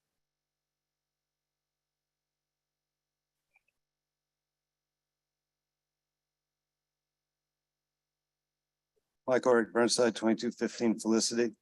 I'm not completely ignorant, and I read the newspapers, and I'm aware that the city council and the mayor are in disagreement with each other on many, including this apartment. But I'm going to take a step sideways and divorce myself from both the city council and the mayor and point out that the city owns an apartment 300-person waiting list. So obviously they're not charging fair market value. I mean, that you don't have a 300-person waiting list on something that's not a good deal. All right, so it's a good deal, first of all. Secondly, the city owns a building. So the question becomes, and we're back to affordable housing. If you're dealing with homelessness and you're dealing with affordable housing, it makes good optics to take one poor homeless bum and stick him in the mayor's apartment. That's good optics, that's good politics. It's putting our money where our mouth is. If we own a building, then we should use it for our priorities. We're not willing to do that. It becomes a legitimate question, why do we own the building? Because obviously we've got debts. We just gave $34 million away. So we've got debts. One way to take care of debts is to pay off the debts with stuff you got. So right now, I would say that there's a pretty good real estate market for both the state-owned and the city-owned buildings on what is Jackson Square in the middle of the French Quarter. I mean, what better profit could you get from getting it into the hands of commerce and collecting property tax? I mean, seriously, we should give, morally speaking, we should give serious consideration to selling the damn thing. Thank you, Mr. Morgan.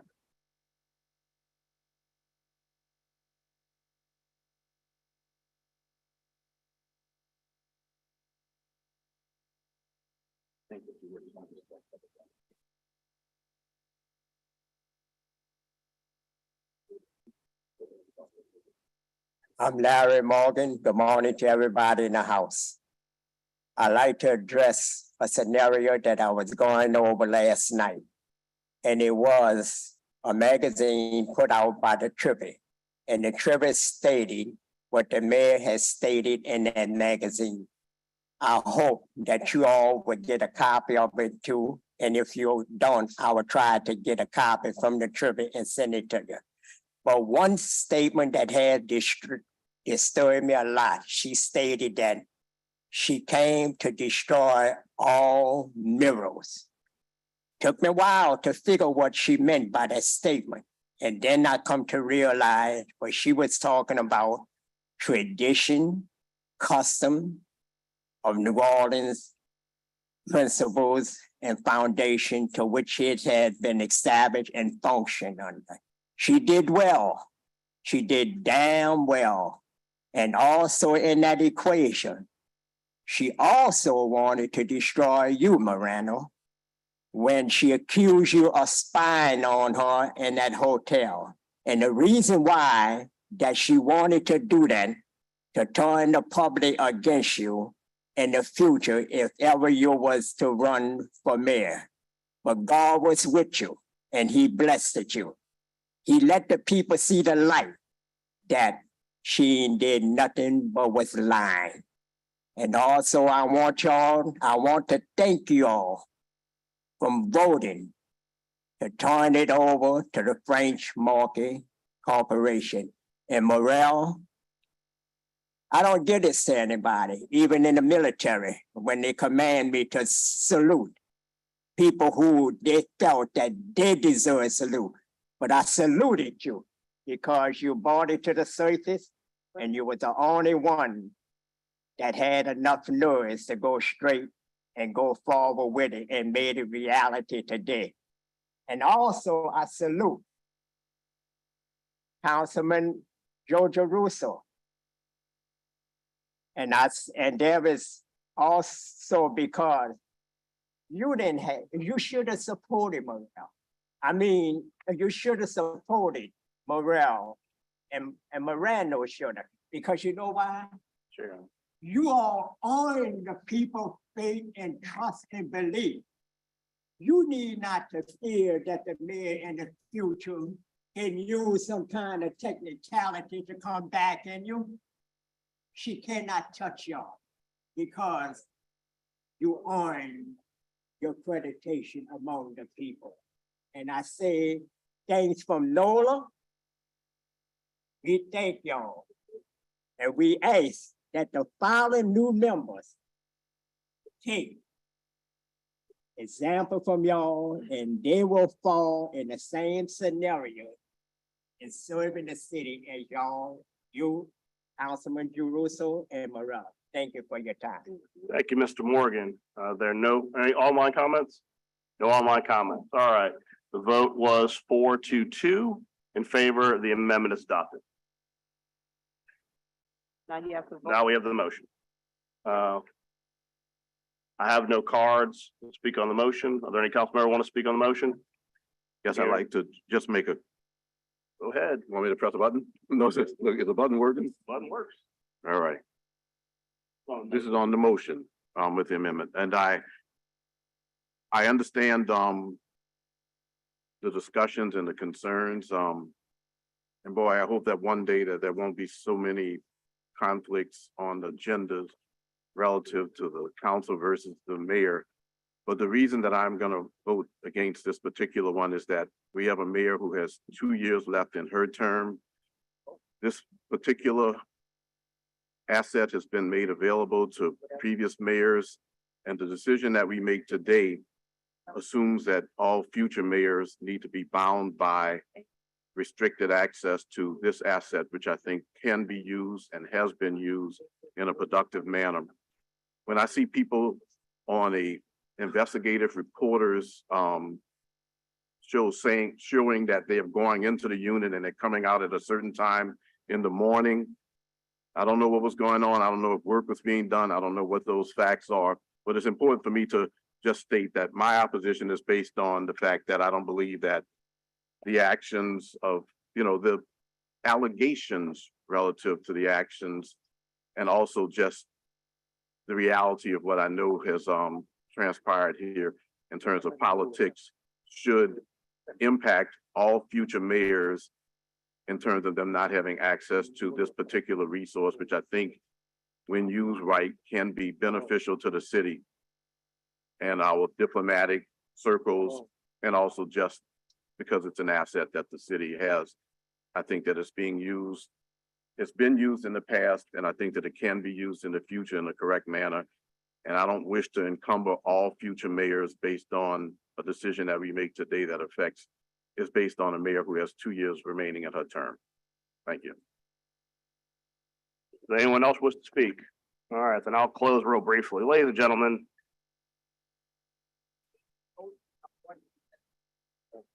I'm making a final statement. We haven't voted yet. All right.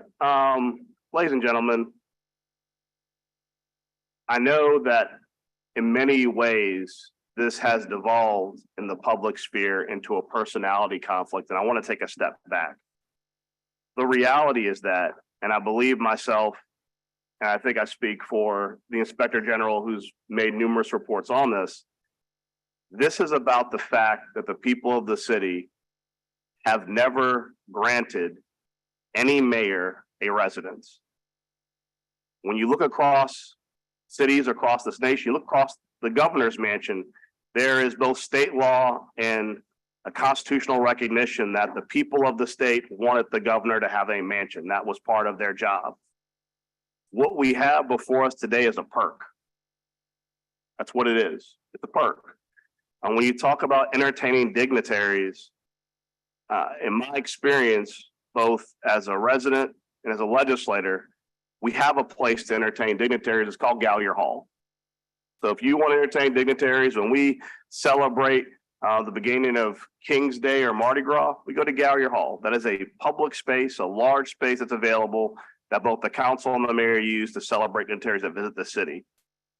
What we have with this apartment is it's a perk. And though there have been mayors who have and have not abused this perk, it's not about that. It's about whether the perk is necessary. I want to go back to the Inspector General's report. We are a city that always has needs. To Mr. Burnside's point, this is an asset that could generate revenue. And I do agree with you, Mr. Burnside. If you compare the rents for the state Puntabla and the city Puntabla and fair market, they're dramatically different. The state side does not have as long a waiting list and the rents are much higher. So if you're going to have an asset to generate revenue, the city should be prioritized in having those assets generate revenue so that we can afford to do things that are priorities for the city. So what today is about is just putting a unit back on the market to generate revenue to pay for things and programs and other assets that we care about. So with that, I will move for adoption of the ordinance as amended. Seconded by Councilmember Moreno. Please vote your machines.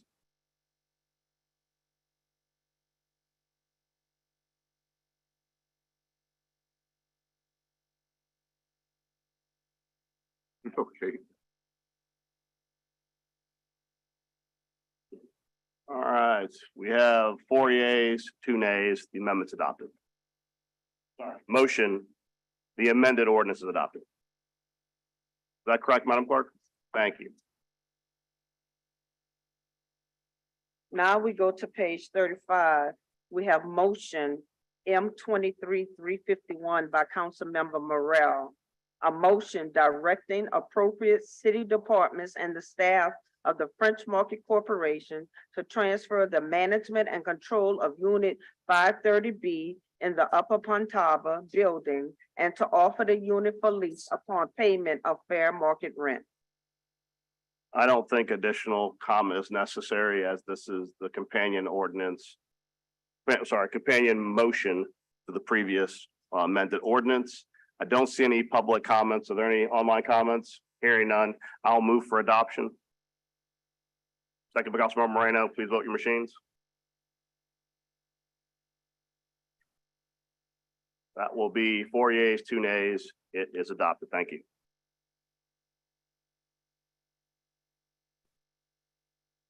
At the bottom of the page, we have ordinance calendar number 34,310 by Councilmember Jeruso by request. An ordinance authorizing the mayor of the city of New Orleans to enter into a cooperative endeavor agreement between the city of New Orleans and Humana Louisiana Medicaid for a term greater than 1 year for the public purpose of providing medical, dental, and mental health services to Humana patients in the city of New Orleans as more fully detailed in the CEA form as Exhibit A and otherwise to provide with respect thereto. Members, this is a statement from the administration about the CEA. The New Orleans Health Department Healthcare for the Homeless, HCH, is a federally qualified health center that has been providing the homeless, uninsured, and underinsured populations with comprehensive medical, dental, and behavioral health services in the greater New Orleans metropolitan area since 1988, regardless of their ability to pay. Humana is a Louisiana Medicaid plan that reimburses health entities for services rendered. The agreement enables Humana to provide payments for patients seen by HCH medical providers on behalf of the state Medicaid. The public benefit is this. When potential HCH patients get approved for insurance benefits, they are assigned to an insurance plan such as Humana Medicaid. It is imperative that HCH gets credentialed with Humana to ensure the city's HCH Health Center gets reimbursed for services rendered. Patients with Humana insurance seek services at HCH and they receive services regardless of HCH's credentialing status. Therefore, it's in the city's best interest to maximize HCH reimbursement for servicing vulnerable populations. And Mr. Burnside, here you go, talking about homeless populations right now and what's being done to help them. This is a CEA, that effort. So I move for approval, seconded by Councilmember Harris. Fellow council members, I do have a comment. Is it Please. appropriate now? I just wanted to emphasize exactly as you were going to do so, Councilmember Jeruso, that the city of New Orleans takes very seriously the health care needs and also needs of those who are unhoused in our community. This is yet another example of the city stepping forward to provide resources, to provide support that is necessary. No one on this council, no one is insensitive to the needs of those who are unhoused. Any allegations that the city of the council is not paying attention to those needs is totally unwarranted. But it's also important to recognize that there are concerns of the community that also need to be addressed, and that this is a mental health crisis, also issues that we need to not ignore. And I think the city council has done a great job in providing support, and we look forward to moving forward to provide even more support. Thank you. Big shades. Well, hang on. I think Mr. Burnside, you want to speak on this item? Come forward, sir, and be heard.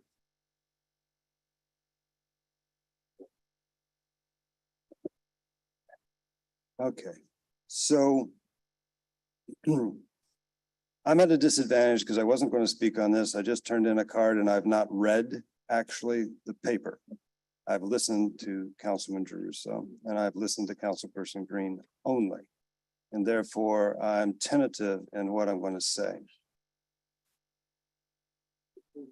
The idea that the city does not give anything to homeless is not a position I hold.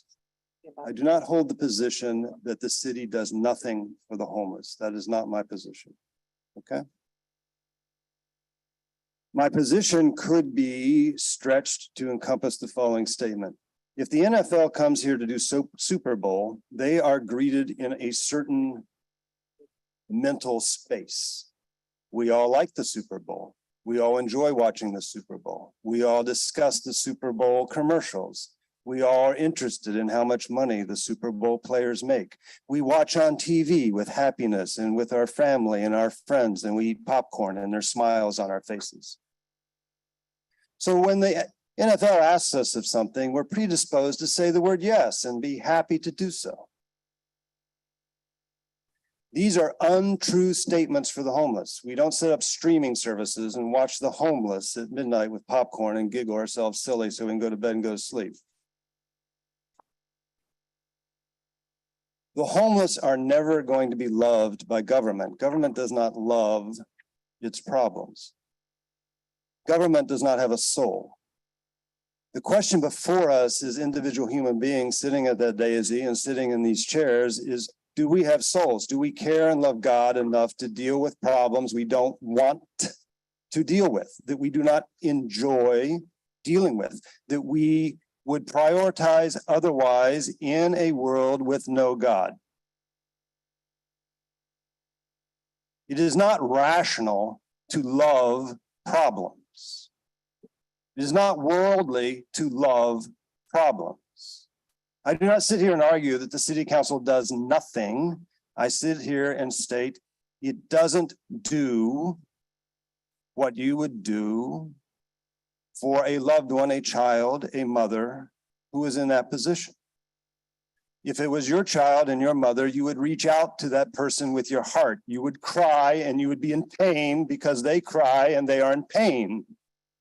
The fact that you do not cry and the fact that you are not in pain is a distancing between you and other children of God. That's what I fight. I appreciate your fight and your concern. Let me make it clear. I appreciate the fact that you said that the city council is not doing anything. There are those who think that government is doing nothing for those who are unhoused. Yet they see needle exchanges take place because that's in the interest of health. There's a needle exchange at Duncan Plaza every Tuesday, for example. There are programs that are funded by the city council that do feed those who are unhoused. There's a cleanup that takes place in encampments on a regular basis. That's why we know that there's a rat and rodent infestation, and that's why we know that there are problems with foodborne illnesses.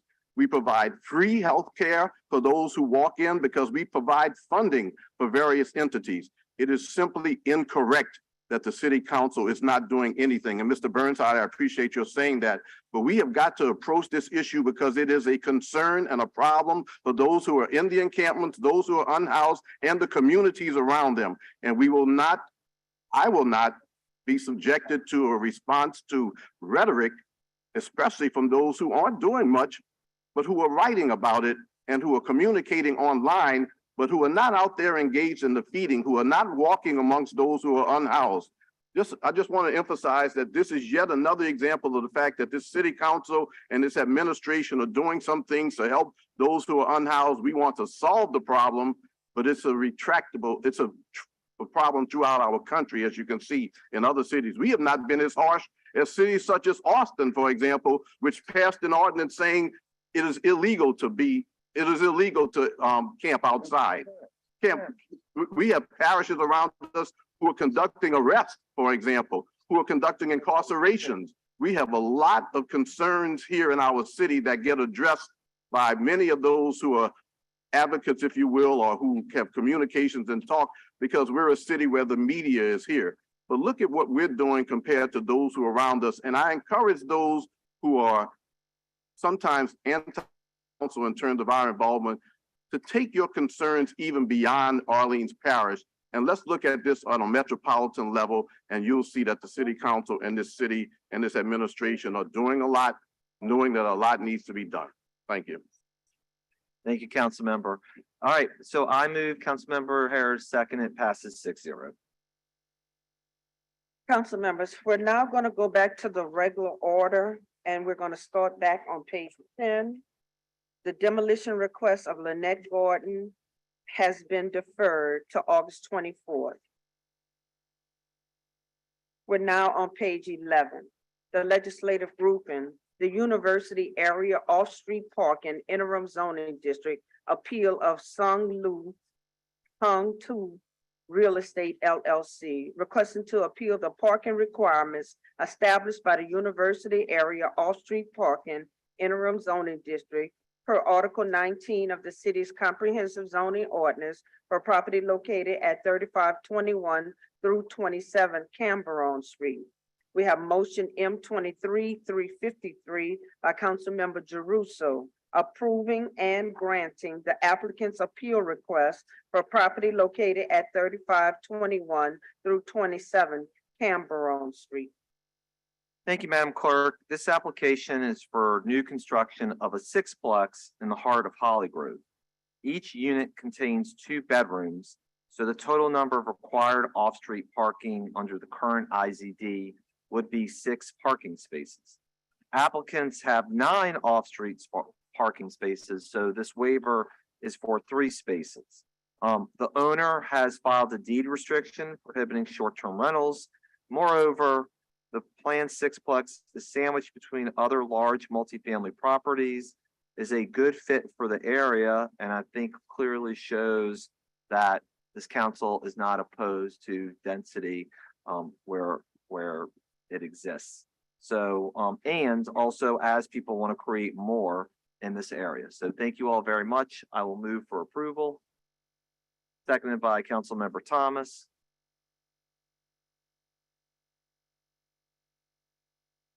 Six yeas, no nays, carries unanimously. Thank you. We're now on top of page 12. We have a legislative grouping, University Area Off-Street Parking Interim Zoning District Appeal of Zachary Smith, owner Zach Smith Consulting and Design. requesting to appeal the University Area Off-Street Parking Interim Zoning District for property located at 2619 Calhoun Street. Motion line over M 23-328 by Councilmember Jeruso, approving and granting the applicant's appeal request for property located at 2619 Calhoun Street. Thank you, Madam Clerk. This property used to be a single-family home that had two addresses, but it was in terrible shape. Received code enforcement violations since at least 2019. Since at least 2009, up until demolition. The new plans are for a two-family structure with 3 bedrooms and 2.5 baths in each unit.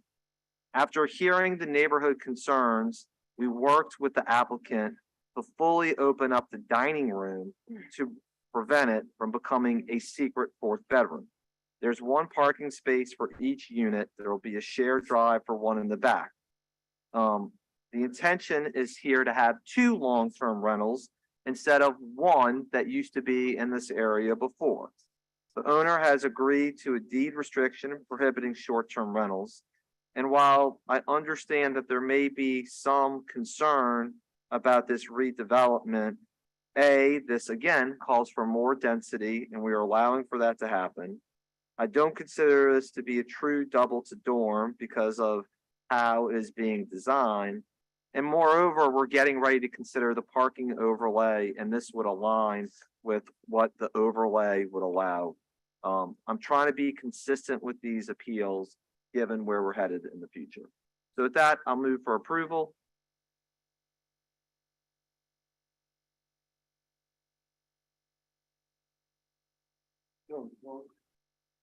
Second, thank you, Councilmember Thomas. Members, please vote your machines. 5 yeas, no nays. That carries unanimously. Thank you.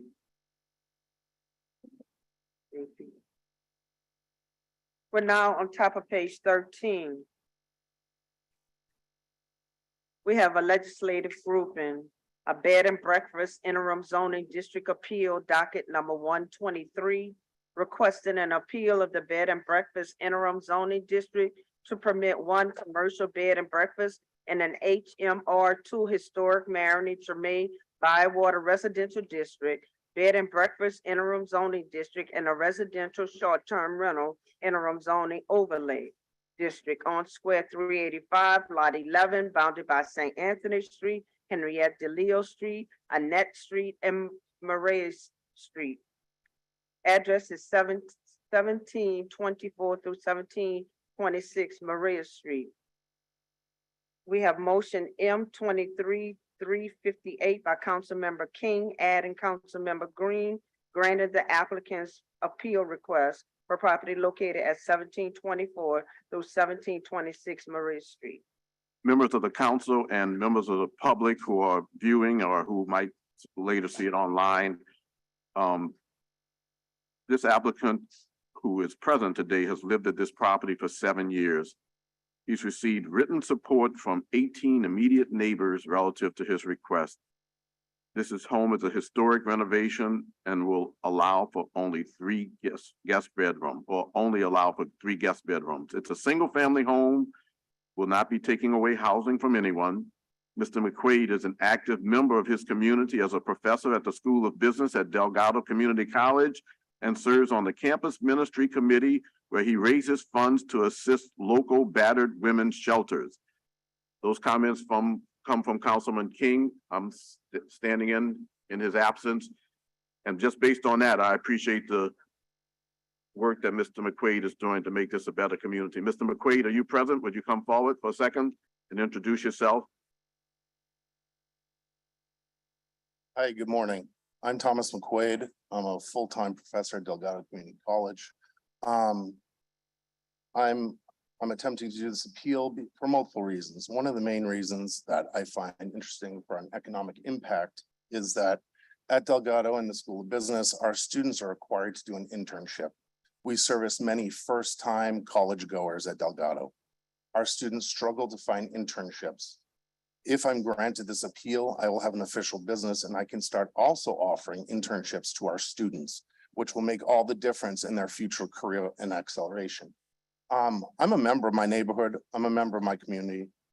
You can see that I have support from my neighbors because they all know me. They know they can come to me if they have a problem.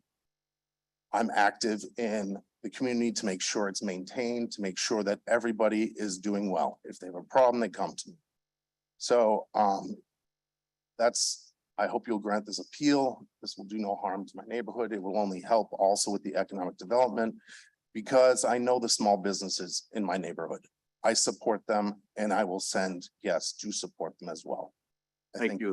Thank you very much, Mr. McQuaid, for your work.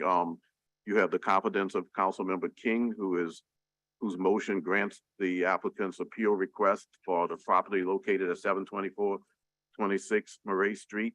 Council members, are there any comments? Any questions? Mr. McQuaid, thank you. Members, would you vote machines on 23-358? 5 yeas, no nays. The applicant's appeal request is granted. Thank you, Mr. McQuaid, for your work. We're now on top of page 14. The short-term rental interim zoning district appeal has been deferred to August 24th. Zoning 3123 is past the deadline. This matter is dead. On page 15, all matters.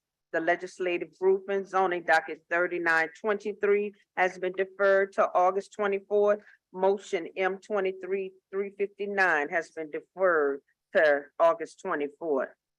On top of page 16, zoning docket 4423 has been withdrawn.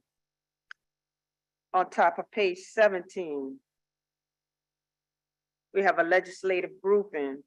Zoning docket 4723, Tommy and Took Investment, Inc., requesting a zoning change from an OSN Neighborhood Open Space District to an SRS Suburban Single Family Residential District, Lot X-1-A, Versailles Garden, Area 4 East, in the 3rd Municipal District, bounded by Dwyer Boulevard, L.C. Forshey Boulevard, Willowbrook Drive, and Six Flags Parkway. Municipal addresses 14051 to 14071 Dwyer Boulevard. The recommendation of the City Planning Commission being for approval.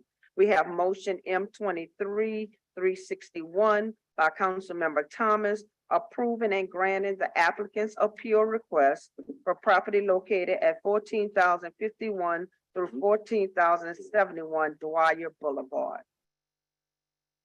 Move adoption.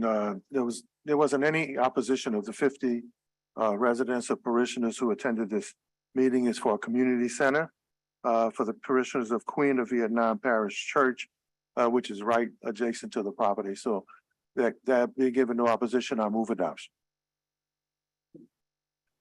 Seconded by Councilmember Girousso. Vote your machines, please. The matter is adopted, 6-0. Thank you. On top of page 18, we have a legislative grouping, zoning docket 4823, Macy's St. Charles LLC, requesting a conditional use to permit the extension of a restaurant's hours of operation in an MU1 medium intensity mixed use district and CPC Character Preservation Corridor Design District on Square 210, Port Lot 6 or Lot 12 in the 1st Municipal District, bounded by MLK Jr. Boulevard, Terpsichore Street, St. Charles Avenue, Robert C. Blake Senior Drive, municipal address 1513 St. Charles Avenue. The recommendation of the City Planning Commission being for approval, subject to 2 provisos. We have motion M23-362 by Councilmember Harris, approving and granting the applicant's request, subject to the 2 provisos set forth by the City Planning Commission for property located at 1513 St. Charles Avenue. Thank you, Madam Clerk. Stephen, will you brief us? Thank you, Council Member. This is an application for a conditional use simply to extend the operating hours of an existing restaurant, U Pizza, on St. Charles near MLK. The proposal is to extend the hours by the operating hours by 2 hours every evening, so midnight on weekdays, 2 a.m. on weekends.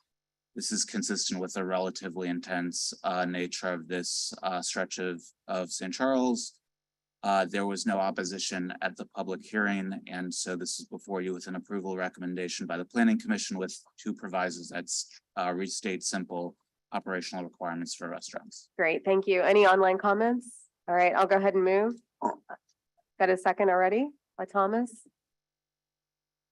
5 yeas, motion carries. Thank you.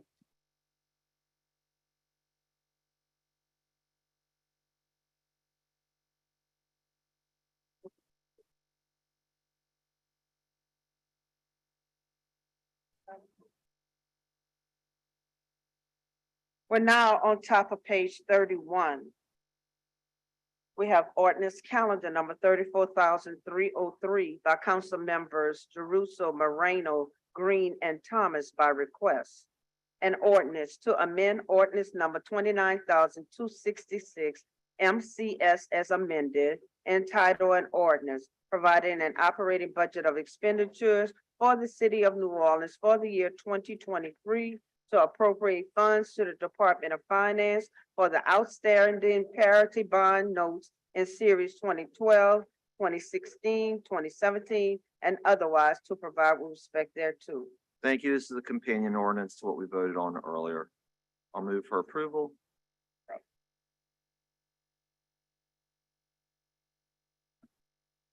Second by Councilmember Thomas. 6 yeas, no nays. At the bottom of the page, ordinance calendar number 34,305 has been deferred to August 24th and referred to the Budget Committee. On top of page 32, ordinance calendar number 34,306 has been deferred to August 24th. On top of page 33, all matters. A legislative grouping, ordinance calendar number 34,308 has been deferred to August 24th and referred to a Quality of Life Committee. The amendment to ordinance calendar 34,308 has been deferred to August 24th. We're now on page 36.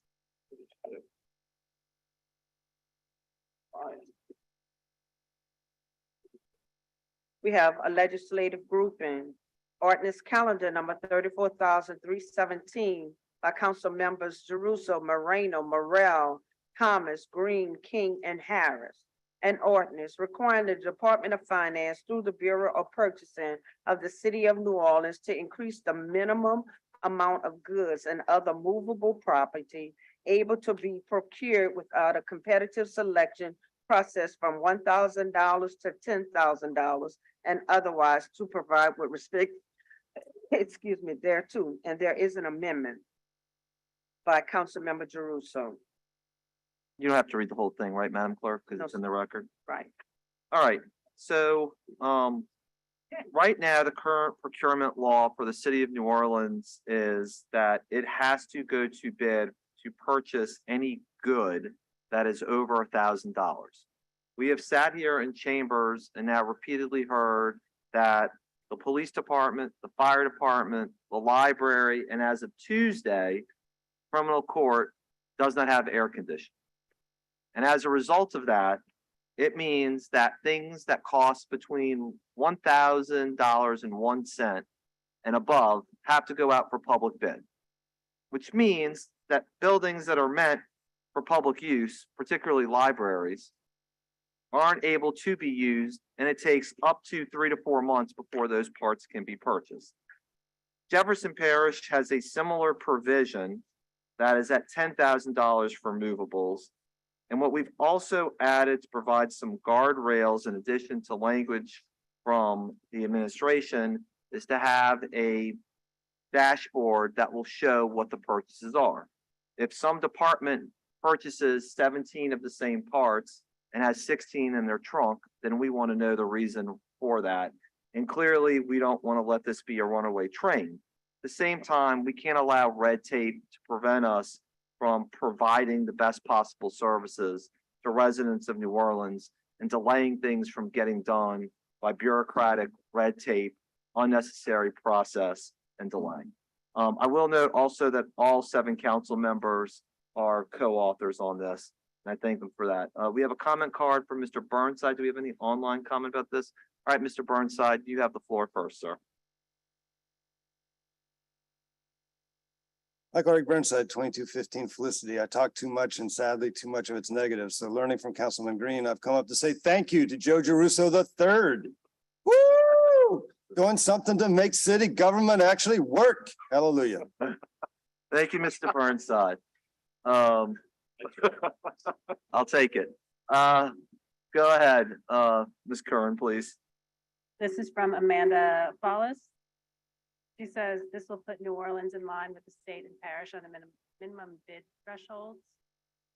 This will allow our agencies to get what they need to run their day-to-day while freeing up city employees to process bids for larger and more critical expenses and the infrastructure issues. Getting rid of thousands of micro bids that prevent an agency from getting service to their copiers or syringes, to their ambulances or gloves, to their sanitation workers in less than 6 months will be nothing but beneficial. Thank you. Councilmember Thomas. While we're on the Joe Giarrusso, Councilmember Joe Giarrusso train, Mr. Burnside, just another shout out and thank you. There was an emergency capital infrastructure issue in District E, and a certain amount of money is allotted to different districts. And it was Councilmember Giarrusso for the residents of District E and those folk who live out where we had that major problem. It was Councilmember Giarrusso who actually came to the rescue with some emergency funds that were actually rerouted, that they're gonna start fixing that situation on Friday. So as a colleague, man, I wanna thank you. People really appreciate it. Thank you. I appreciate it. Thank you very much, council member. I know we represent districts, but the city comes first. And so we got to make sure we're all working together. All right, so I'm gonna move for approval of the amendment first, seconded by council member Green.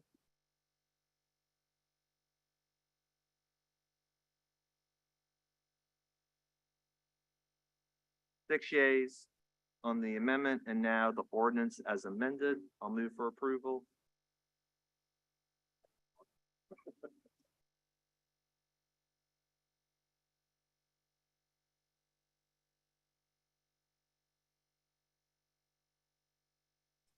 Yeah, seconded by council member. There we go. All right.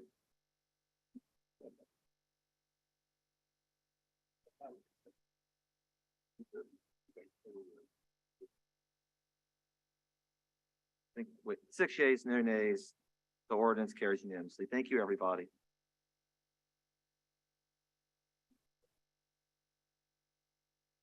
We're now on top of page 38, a legislative grouping.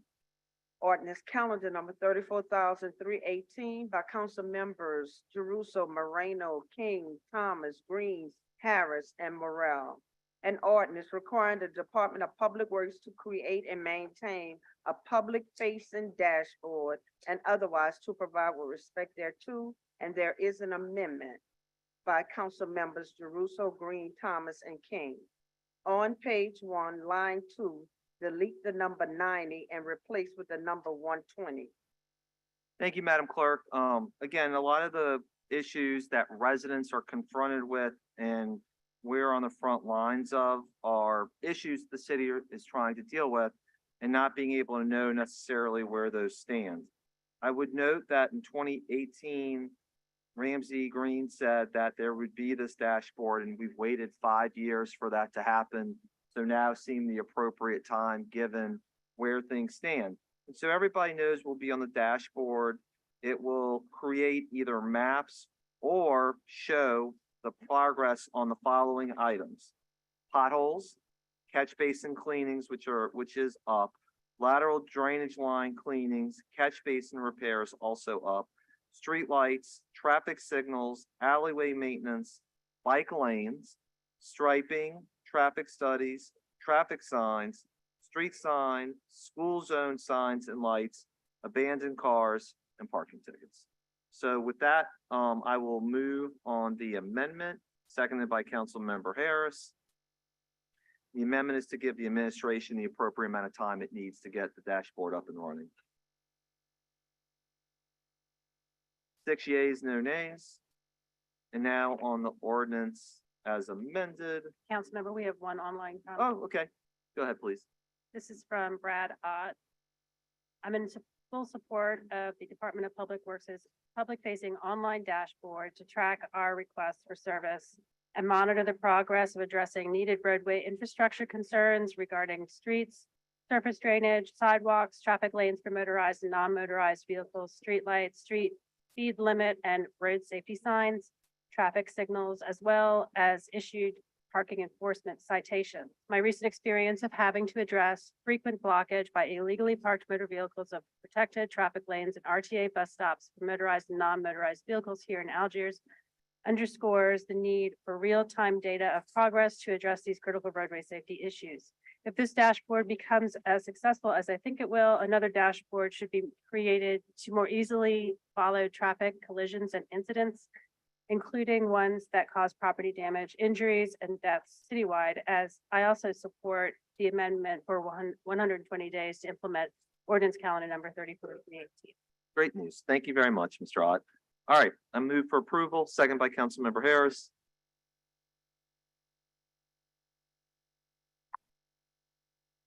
Ordinance as amended is passed 5-0. Thank you all very much. Thank you.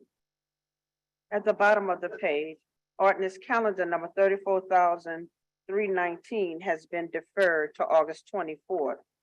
On top of page 39, all matters, ordinance calendar number 34,320 has been deferred to August 24th and referred to the Budget Committee.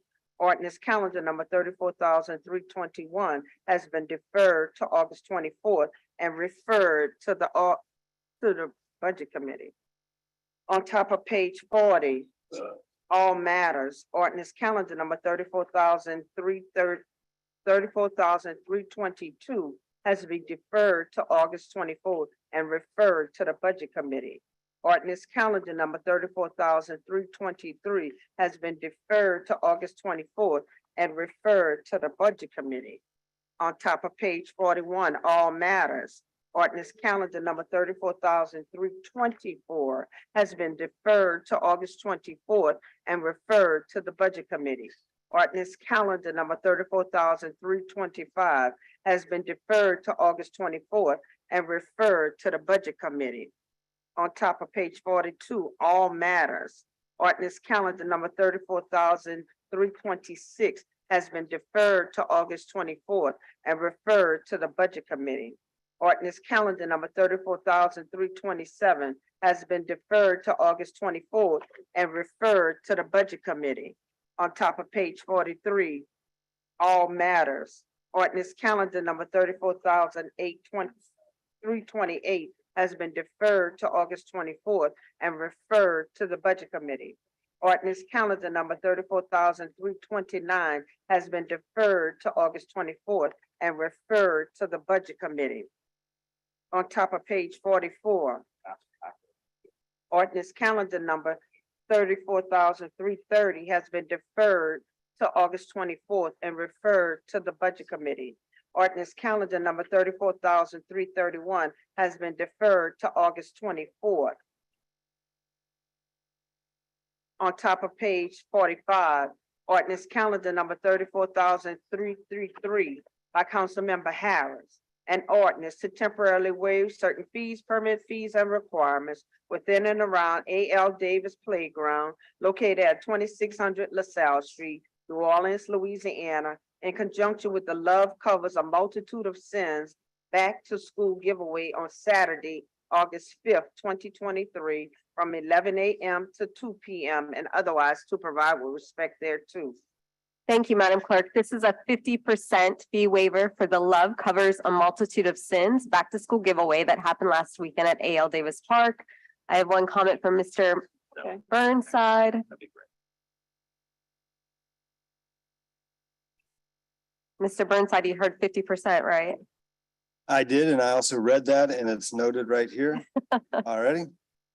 So part of the reason I come up here, of course, is to learn from Councilman Green and say thank you, but part of it's to confess that the learning's hard. So we circle back to rats and homeless. Learning's always hard. It's always unfortunate, particularly the older we get. I don't like telling people positive things because I was raised as a child with a parent who said multiple thousands of times, Michael, you're really smart, comma, but, and then proceeded to tell me this or that I had gotten wrong. For instance, that I had no common sense. So I was trained as a child to not hear compliments, to just wait for a comma and a but. And because I don't receive them well, I don't give them well. So one of the things Councilman Green is teaching me is that other people are not me and they receive compliments differently than I do. And it is beneficial to the political process to acknowledge good when it occurs. So however unpleasant that may be at a personal level, it is functional. And I want to say thank you very much. Thank you, Mr. Burnside, and love does indeed cover a multitude of sins. Any online comments? All right, I'll move. Seconded by Councilmember Jeruso.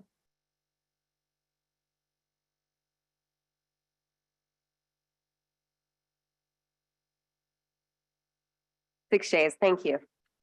At the bottom of the page, ordinance calendar number 34,335 has been deferred to August 24th.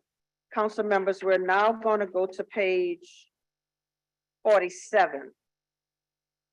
And we're going to take up resolution R 354.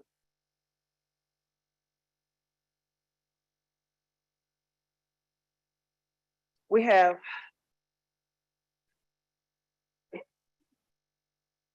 resolution R 354 by council members Moreno, Morel, Harris, and King.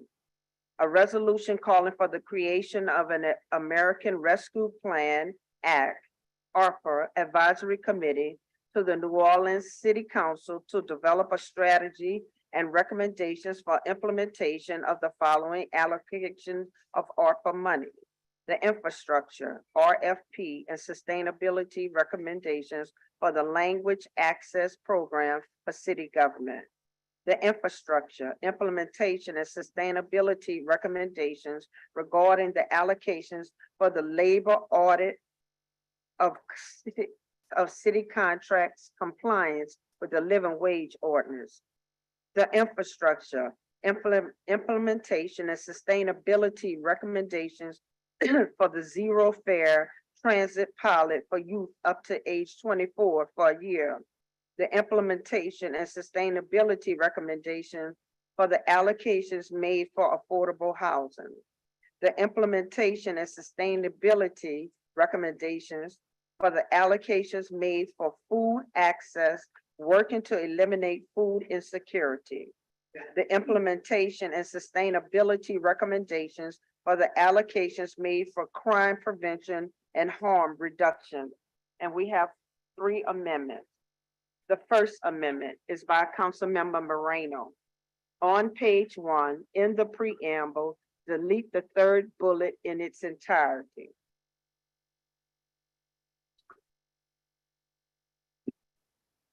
That's it? That's it.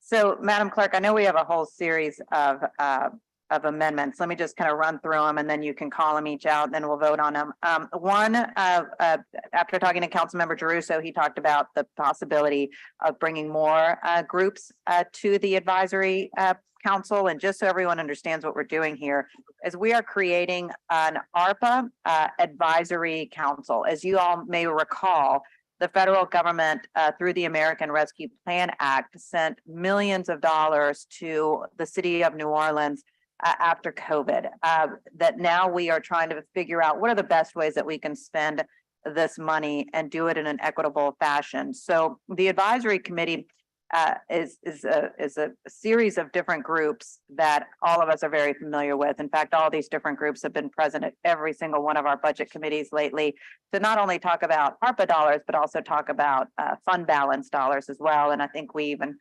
heard about that earlier today because of comments by Max Cherdulo and others. So currently, the way that the resolution reads, it has a variety of city departments like the Health Department, Office of Youth and Families, Human Rights and Equity, Community Development, and also the CAO who are part of this committee. But it also includes organizations like the Workers Center for Racial Justice, the Vera Institute, Louisiana Fair Housing Action Center, Committee for a Better New Orleans, RIDE, and the Children and Youth and Planning Board. So after talking to Councilmember Jeruso, he wanted the possibility for more groups to be added. So one of the amendments is going to talk about how the group can add more different organizations to the group by vote. And then Councilmember Thomas sent a list of amendments adding the NAACP, the Black Chamber of Commerce, TCA, Urban League, Collaborative, New Orleans East Neighborhood Advisory Council, L9 Economic Development District, Council on Aging, and SUNO, Office of Small Business Development. Talked to the organizers of this group, and they're totally fine with adding those additional groups. So we'll add those. They accept the amendment, as do I. So all of the amendments, there is no opposition to the different amendments that will be considered. So now, Madam Clerk, on the first one, which is just from what I remember, seems to be a bit of a technical amendment.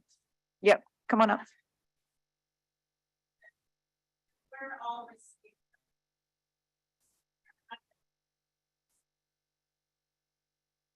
Oh, okay. I don't have any comment cards on the Also, amendment. If you're gonna give comment, please come to the mic because it makes it easier for it to record it.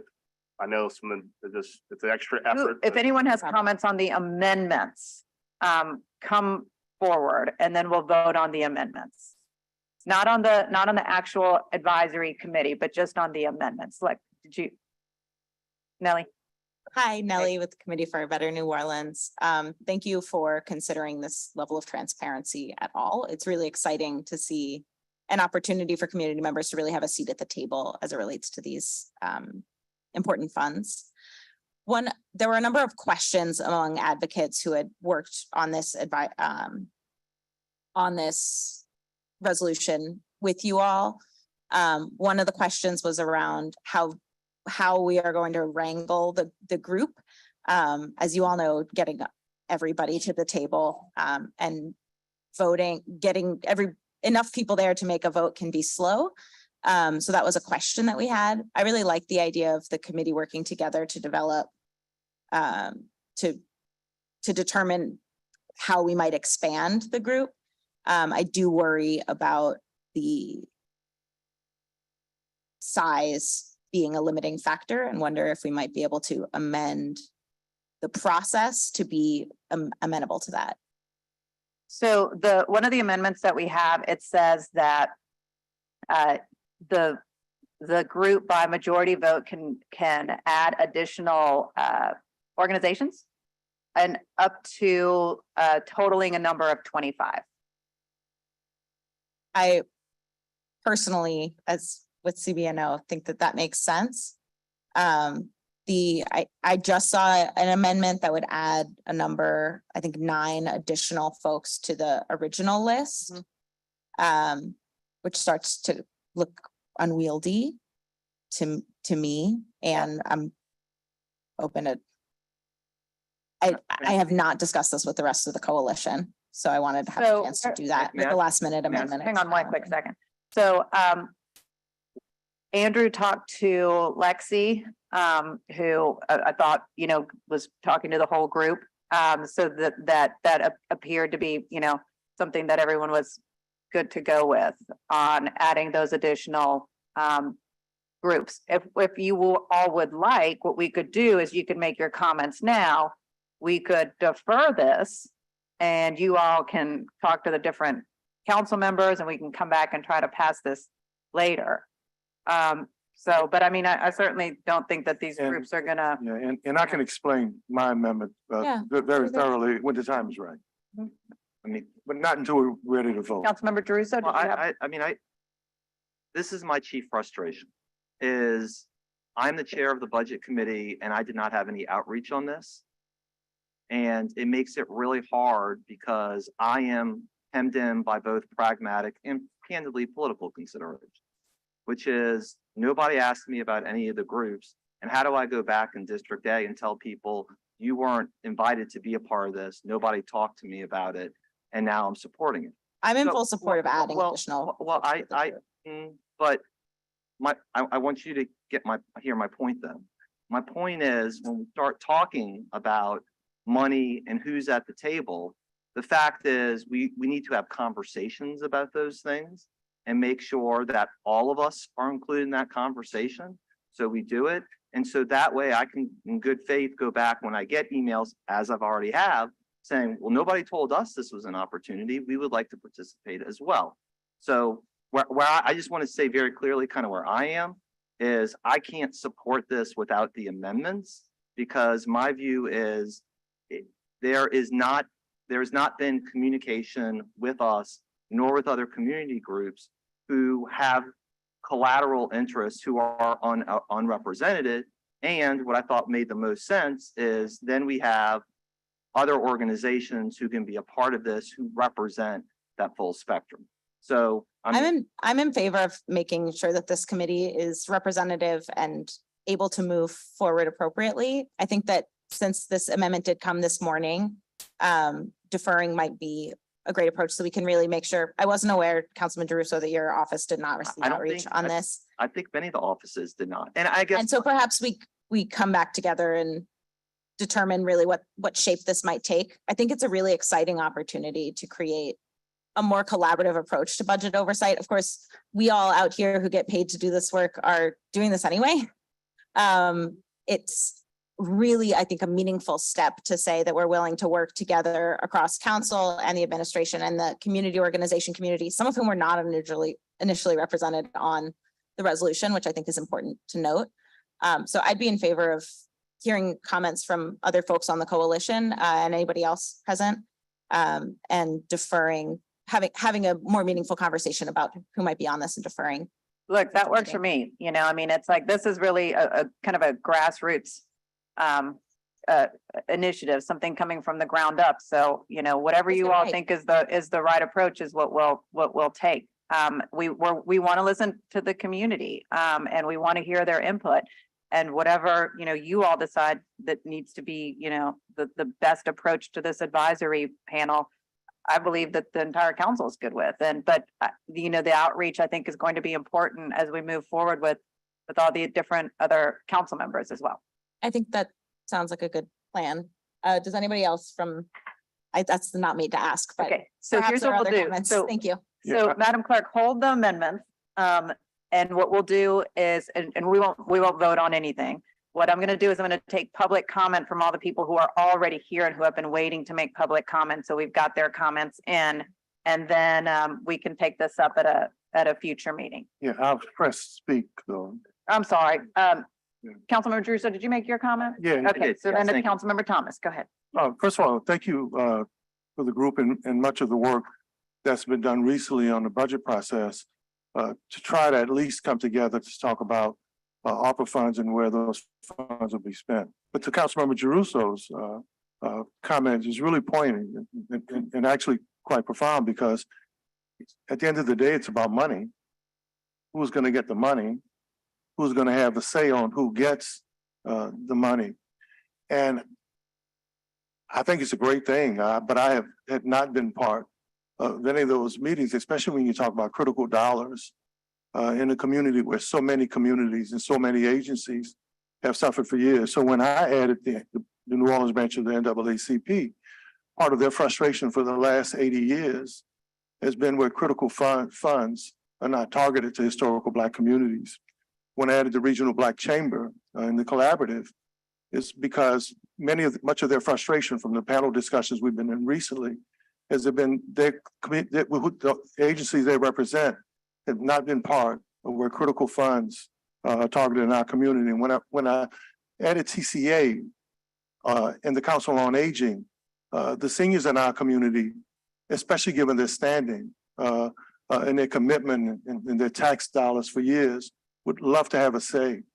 And when ARPA funds, or what we consider extra funds, are targeted. And then, of course, the Lower Ninth Ward Economic Development Council, as well as other groups. And when you read the data center report, and I would recommend that everybody get the data center report and read it on per capita income and the shifts and population loss and demographics in this community. There's one community in particular. And so these historical African American organizations, to me, were essential given the economic and social data that's attached to those groups now. And so I think everyone would want them to be at the table to talk about how those funds are dispersed and where those funds are targeted, especially since some of the agencies that are here have been fighting this fight for 40, 50, 60, 70 years. And the one thing, that's why I don't judge people or shine my halo. It's very easy to talk about transparency and then not be transparent, because it's not that you're not trying to be transparent, you're just trying to take care of your issue.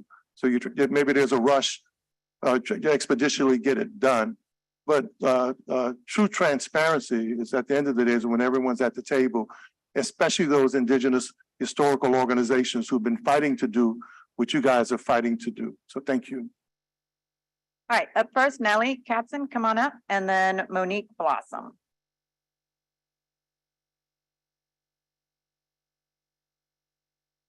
Thank you all for putting this together and for your remarks. Councilman Thomas, I was listening from back there, and you're right. These funds were really essentially for the people who were most impacted by the pandemic. Committee for a Better New Orleans has been working with you all and with community advocates to make sure that folks understand the importance of these funds. Those funds were allocated. We were up here talking with you all at every single one of these budget committee meetings to make sure that folks had a voice in that process. Frankly, it wasn't as inclusive a process as I think many of us would have liked, including folks on the dais, to allocate those funds. This creates a really nice and meaningful opportunity for community representatives from across a broad swath of New Orleans communities to oversee and hold accountable the allocation of those funds that have already been allocated. Most of the funds that have been spent so far on the American Rescue Plan are not the funds that are to go to these community causes or causes for other things. The cars have been purchased, et cetera. So creating space at the table, I can't say how valuable it is to create space at the table for all of us to come together, even if it takes us a minute to figure out just what that looks like. I'm excited to go through that process with you all. Thanks, Nellie. Monique Blossom, followed by Alexis Yaboa Cody. Monique, did you wave? You're waving. Okay. Alexis Yaboa Cody, followed by Charles Douglas II.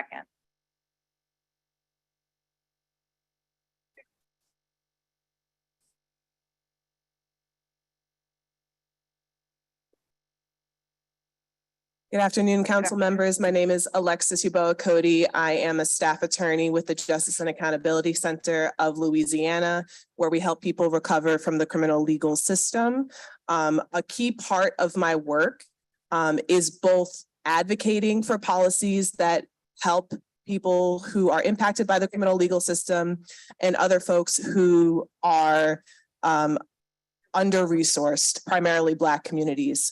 The other critical portion of my work is ensuring the implementation of those policies, whether that be litigating around the corner at Orleans Civil District Court or down the street at municipal court, or providing free legal services to people on a monthly basis, like last night at one of our monthly legal clinics in New Orleans. And so what I have found and what I've been learning is that policies, allocations, the decisions that are made in these large rooms need oversight, need accountability to ensure that the people that they're meant to help and support get the justice and get the resources that they deserve. This advisory committee would help support that, as it was already discussed.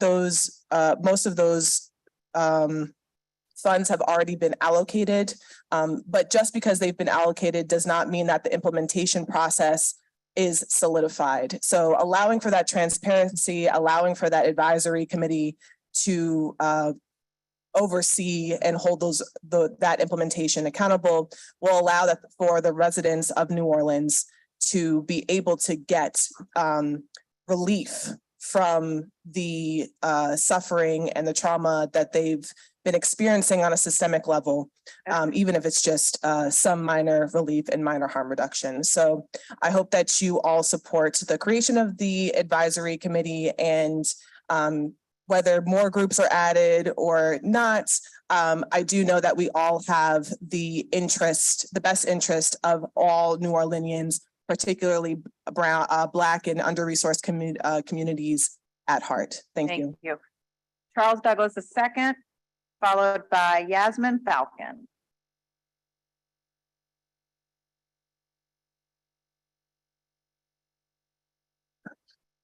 My name is Charles Douglas II. I'm here with Atlas. I support this resolution because it includes affordable housing. And one example of how these funds can be used to achieve this goal is through polymer housing. This option is viable because it's cheaper, requires less maintenance, is mold, fire, termite, water, and pest resistance free. The manufacturing of the structures are quick, easy, and environment friendly. It's easy to install. The cost of housing is increasing, and so are the materials. This house is more stable than your typical wooden house. More funding towards this type of housing would help people stay in their house. It would help our youth and our community deal with less stress about where they might end up or where they can go. So yeah, that's all. Thank you. Yasmin Falcon, followed by Derek Mejia. I think it looks like Torres. Yasmin's gone? No, you're waving, okay. Derek Mejia Torres, you're waving too, okay. Aurora Juarez, waving, okay. Chandra Shea Foster, waving, got it, and in support. Michael Burnside, come on up. And then Janet, looks like Jurado.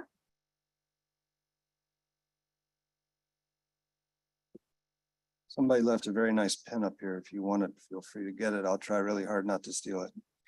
My name is Mike Burnside. I live at 2215 Felicity. So true transparency, of course, is next to impossible. One of the major problems that I see is small staff. City council people have very small staff, and I was talking to some of them, and it seems that they do not have actual computer access to Brass and to a second city-owned financing software system that was told to me once and my brain has forgotten it.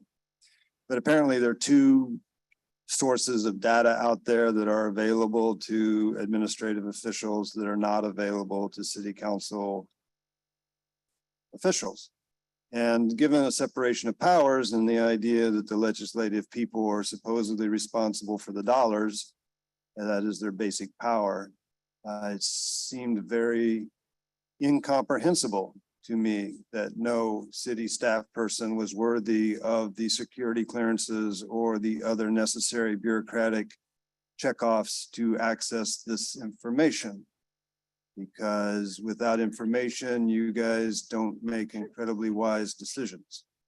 So one of the things that I would suggest to you has less to do with this side of the wonderful plexiglass divider and that side, which if you guys don't know, I don't see any reason that you would be able to tell us even if you wanted to. So one of the things I would suggest to you is to get the traffic division out of the second floor where you are sharing offices with an administrative group of people who enforce traffic. Use those offices to expand your staff by at least one person each. Run them through the necessary security clearances, because if private industry can make nuclear bombs, surely employees of the city council can access financial data and start doing a little transparency from your side of the six. Janet Jurado, followed by Chewy. Janet?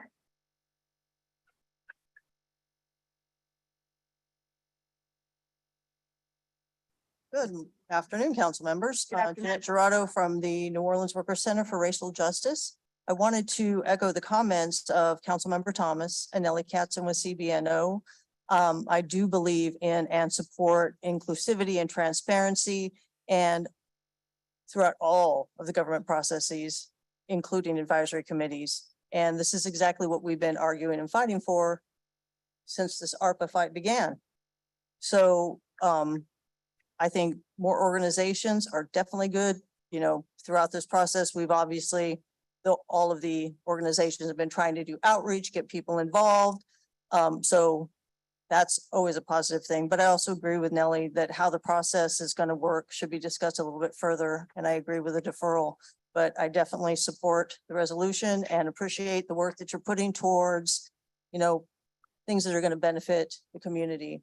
And I just want to note for the record on the language justice thing, we cannot do public comments in any other language past Malay on your phone because you can't scroll through the languages. So I didn't know if you would consider putting the top 5 languages maybe in the city, like first, so that people who speak other languages here besides English can actually go straight there and just submit their comments. That's it. Thank Thanks. you Have a so great much. afternoon. Mr. Chewy, come on up.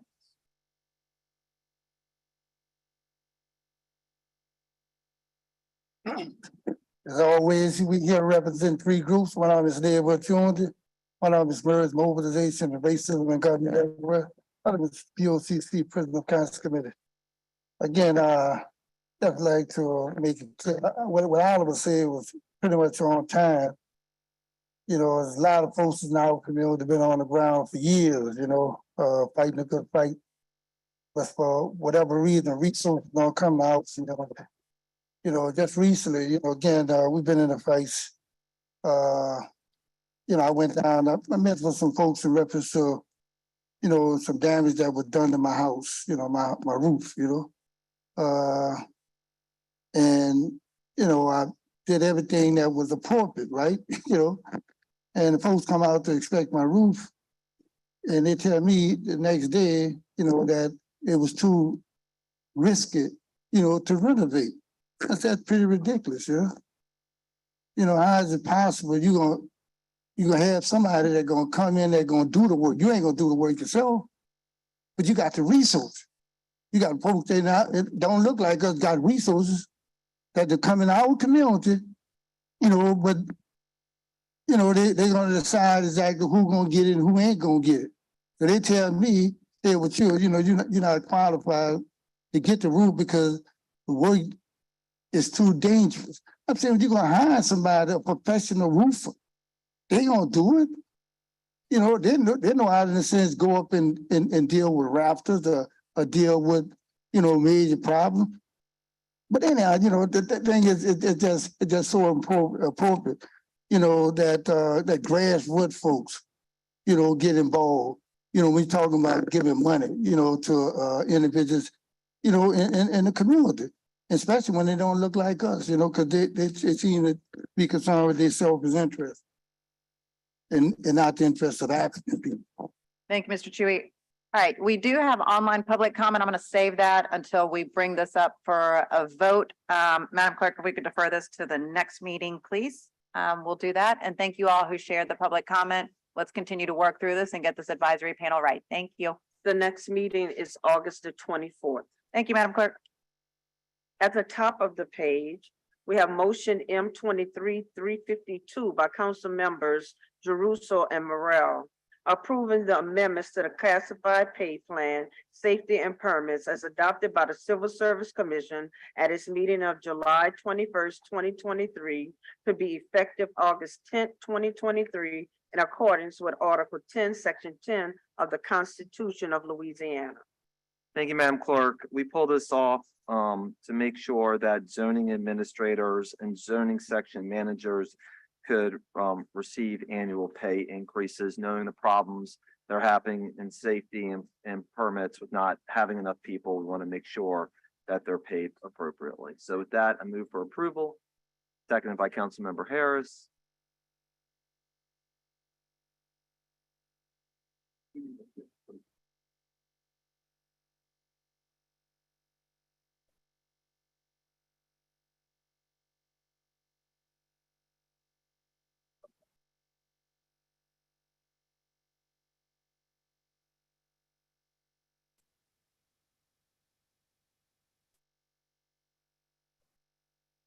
Oh, I didn't vote. 5-0. Thank you, everybody.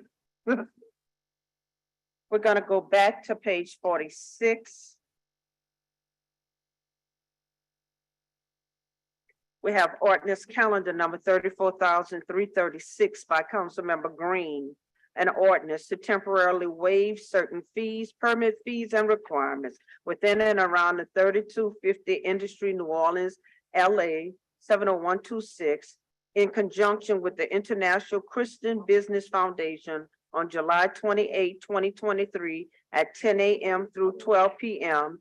and 1 p.m. and 3 p.m. to specify the duration and boundaries of said waiver and to provide otherwise with respect thereto. Madam Clerk and members of the council, may I ask for that we take this matter up in about 15 minutes. I need one more bit of information to comment.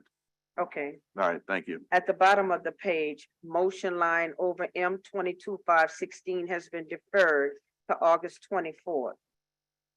We're now going to go to page 48.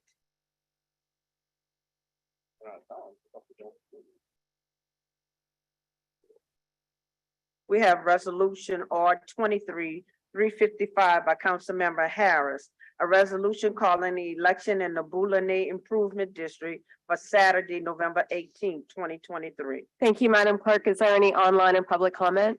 Okay, so I'll move. Seconded by Councilmember Jeruso.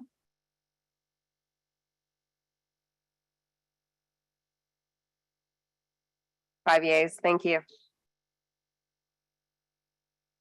We have motion M 23-356 by Council Members Moreno, Morel, Jeruso, Harris, King, Green, and Thomas, and we'll suspend with Rule 15. Ratifying, confirming, and approving in accordance with Article 10, Section 4 of the Louisiana Constitution, Andrew S. Monteverde, Vice Clifton Moore Jr. is hereby appointed as the employee representative of the Civil Service Commission, effective upon approval by the Council of the City of New Orleans for a term that will expire on August 10th, 2029. Thank you, Madam Clerk. Members, this is for our appointment to the Civil Service Commission. It's the employee representative, and Andrew Monteverde, he's here. Andrew, why don't you come on up to the podium? You put a speaker card in. Andrew actually won the election, so it made it like super easy. So Thanks, so everybody. Andrew, I know you wanted to make some comments, so go ahead, and then it'll be followed by Aaron Mishler. Yes, please. Thank you guys so much. Nice to introduce myself to those of you that haven't met before, and good to see again those of you that I have. Thank you to all the civil servants that voted in this election, and to those of you here today for your show of confidence in me for this position that I consider very important. So just explaining very quickly, so we all understand why I think this is important and why we decided to push for this position as it relates to the relationship between city government and city workers. For me personally, it started about 15 years ago when a former high-ranking official in the city told me that firefighters, I'm a fire captain, told me that firefighters in the city are considered just this high above janitors.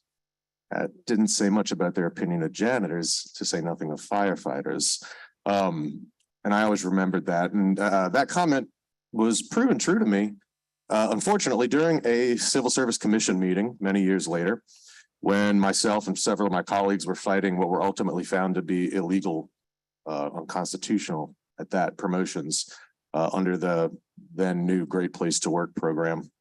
And the commissioner asked us in there, as if it had any bearing on the matter, but don't y'all get paid to sleep? No, it's also irrelevant. And then third, when I really decided to do this was when a commission meeting just about a year or two ago that President Mishler and I were here for. In that meeting where that commissioner made that comment that just showed a total lack of understanding of what city workers do, they also, we took that opportunity and we defeated that proposal. We won the first time it was ever tested using the appeal system that was built into the Great Place to Work. The first time it was successfully used by city employees, they tried to turn around and change it to a challenge system, which would have cruelly pitted one worker against another in matters of disputed promotion. So all that to say, it will actually be my pleasure to help bridge the gap in misunderstandings between city workers and the people that make rules that affect their employment to help them understand where they're coming from. Just this morning, I woke up to an email from the library. The library provides a lot of services that, for example, we don't typically associate with librarians, things like live tutoring, studying help. I don't think the average person making rules, or maybe an average citizen, thinks of it beyond their high school library experience. but the level of services they provide are often as underappreciated or misunderstood as those provided by the fire service.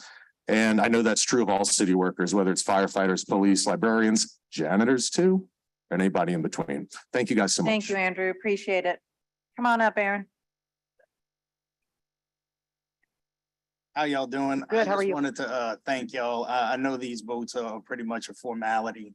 But I wanted, to echo what Andy was saying about the importance of this position of having an employee representative on the Civil Service Commission. And for Andy to step up and do this, which is really a thankless job.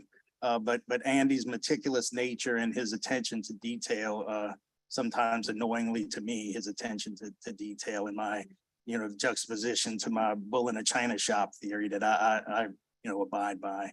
But he will be the perfect person for this position. And he works well with others.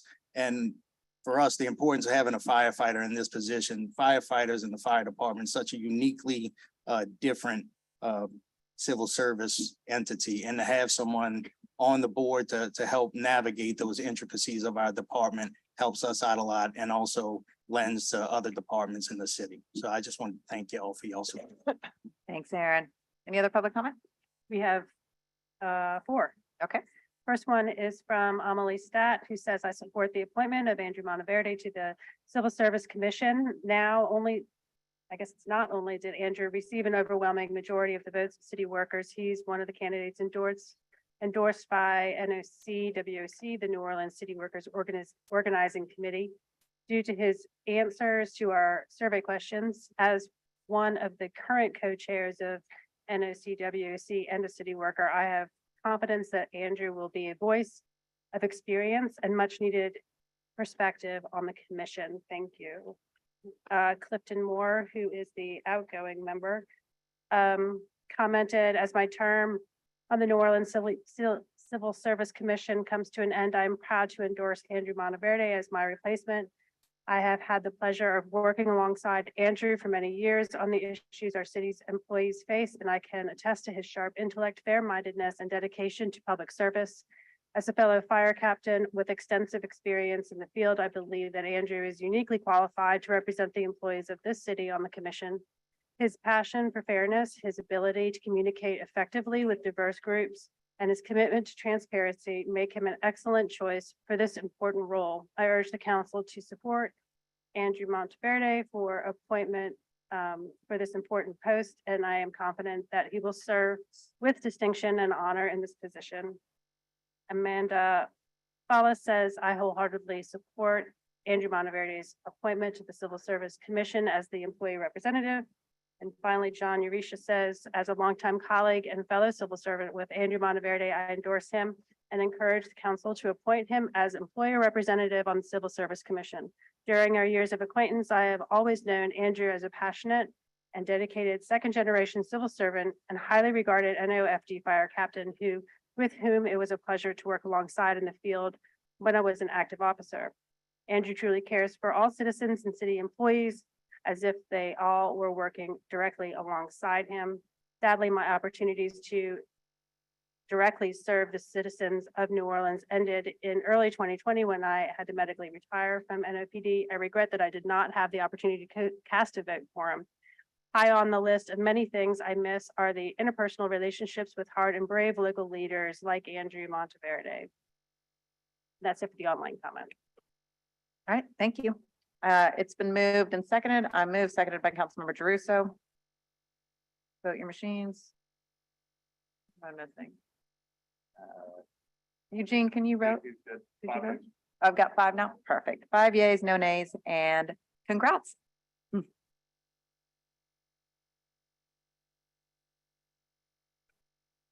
At the bottom of the page, motion 23-357 by Councilmember Jeruso by request, adding the president of the council as a signatory to the subrecipient agreement between the New Orleans Health Department and Children's Hospital, New Orleans, and authorizing the president of the council to sign the CEA between New Orleans Health Department and Children's Hospital, New Orleans. Thank you, Madam Clerk. Again, we're bypassing the budget process because Councilmember Thomas pointed out this week how important this program is. Thank you to the mayor's office, to New Orleans Public Schools, and to my colleagues for supporting this endeavor between the Health Department and LCMC, Children's Hospital. So I'll move for approval. Second by Councilmember Harris.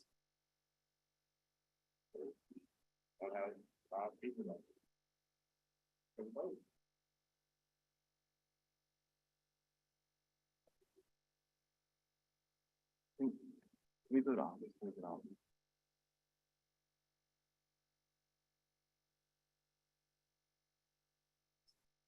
Councilmember, Five, we have five. Thank you. we're now gonna go back to page 47. We have motion M23. Wait, no. I'm sorry. We're going back to page 46. We have ordinance calendar number 33,336 by Councilmember Green. An ordinance to temporarily waive certain fees, permit fees and requirements within and around 3,250 Industry, New Orleans, Louisiana, 70126, in conjunction with the International Christian Business Foundation on July 28, 2023 at 10 a.m. through 12 p.m. and 1 p.m. and 3 p.m. to specify the duration and boundaries of said waiver and to provide otherwise with respect thereto. Members of the council and the public, I'm so pleased to see the new Desire Florida Multipurpose Center being used for meetings. And a meeting took place on Friday of last week involving the International Christian Business Foundation. The center was going to be open anyway. There were no expenditures relative to its operation, no need to clean up afterwards, to cut grass or anything like that in preparation for it. So I move here for approval of number 34,336, which waives the fees for the use of the Desire Florida Multipurpose Center on that date for the orientations. I move. Is there a second? Are there any comments? If no comments, please, members, vote your machines. Thank you very much. I invite the public to come and visit the Desire Florida Multipurpose Center. It's a very nice center. It has many uses, and I look forward to it really helping to expand the opportunities available to the citizens of that community. Thank you. We're now on page 49. We have resolution R 23-360 by council members Morrell and Jeruso, requesting that the United States Court of Appeals for the Fifth Circuit take judicial notice of this resolution and the recitals set forth therein. Thank you, Madam Clerk. As many of you know, due to a previous action by this council, it was required the city attorney and those individuals that are hired as outside counsel submit to the council filings before they're done and make us aware. In an effort to do the bare minimum possible, we got a filing, I think, Councilman Jeruso, hours before it was to be filed, at which point the outside counsel proceeded to insinuate that any efforts by Judge Morgan regarding the consent decree were triggered by council actions. This resolution lays out why that argument is incorrect. It's unfortunate that we have to take a resolution to do so, but our only options when we are, trying to think for a polite word, when we are brought into the nonsense that is filed by outside counsel, is to either have our counsel make another legal filing or to provide a resolution for judicial notice. So we chose the path of least resistance and are simply having this resolution forwarded to the Fifth Circuit to let them know that the references to the council and any perceived influence that anything we've done has impacted Judge Morgan's ability to follow or adjudicate the consent decree is in fact nonsense. Councilman Jeruso. I just want to add, from my perspective, irrespective of anything that was filed by outside counsel, our attorney is the law department. That is who our lawyer is. And under the charter, it very clearly says in section 1 that the city is the council and the mayor, and the city is the defendant in this lawsuit. In section 4 of the charter, it says the law department is the lawyer for both the city and the council. The fact that we are not being communicated with proactively about what is being filed with courts has been and remains my problem. And we are going to file something today to start addressing that. So thank you, Councilmember Morrell. Thank you. I'll move to adopt the resolution. Second by Councilmember Druso. Please vote your machines. Oh, would you like to make a comment, Mr. Yeah, Green? I did have a comment. It was just, while I understand the council's position on this and the city attorney, represents us as well as the mayor and the entire city of New Orleans. I just hope that there won't be so much conflict using such terms as lacking professionalism and things like that. I think that I have a strong disagreement with what I read relative to what the city attorney submitted. But I don't know if that rises to the lack of professionalism. It maybe rises to the lack of communications with us, and we should enhance communications. But that's all. That's one of the comment on that. With just to respond to that briefly, as an attorney, Mr. Jeruso and I use that term very specifically because in legal ethics, the fact that we are a client of the city attorney's office, you are not allowed as an attorney to effectively slander your other client in a filing. That is a complete breach of legal ethics. And honestly, to Mr. Jeruso's point, and I appreciate it, he is much more restrained than I. So the language he used in the resolution is probably more judicious than what I would have used, because I would tell you that if I was representing two clients in a proceeding and I slandered one to the benefit of the other, I would be facing a bar complaint. So the fact that we're just saying somebody misspoke is very polite. Thank you. Please vote your machines.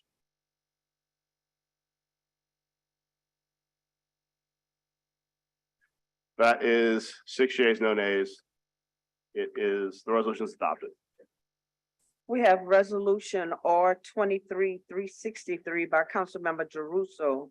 A resolution calling the election in the Mid-City Security District for Saturday, November 18th, 2023. Thank you, Madam Clerk. So moved. Second by Councilmember Moreno. Thank you. And next up, Madam Clerk. I need one more vote. Oh, sorry. 5 yeas. I was Thank so you. quick to jump on the next one. All right, 5 yeas and nays. All right, next one, Madam Clerk. Resolution R 23-364 by Councilmember Morrell, supporting levies.org in its effort to ensure engineering failures are integrated into engineering curriculum across all universities and colleges in the United States that offer degrees in engineering. Thank you, Madam Clerk. This is pretty straightforward. As many of you are familiar with levies.org, they are an organization that came out at the wake of Katrina and focused on making sure that as we sought to install and force the federal government to give us significant levy protection, that would be something that would not just benefit the city, but benefit the nation as a whole. The other jurisdictions could learn from what we have done. And this is simply supporting their efforts to integrate that into engineering curriculum so other engineers in the future can learn it.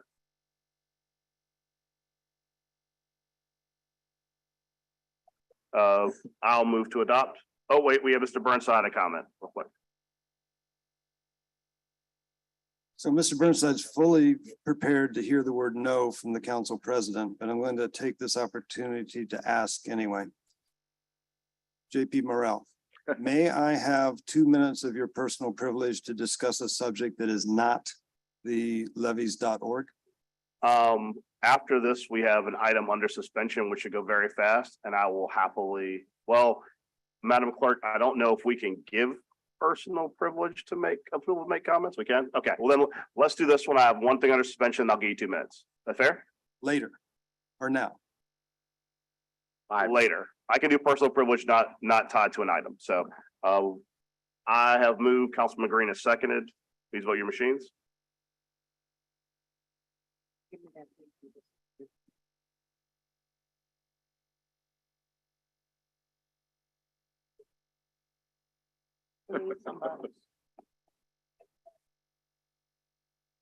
Yeah. Gonna go back. Could be out.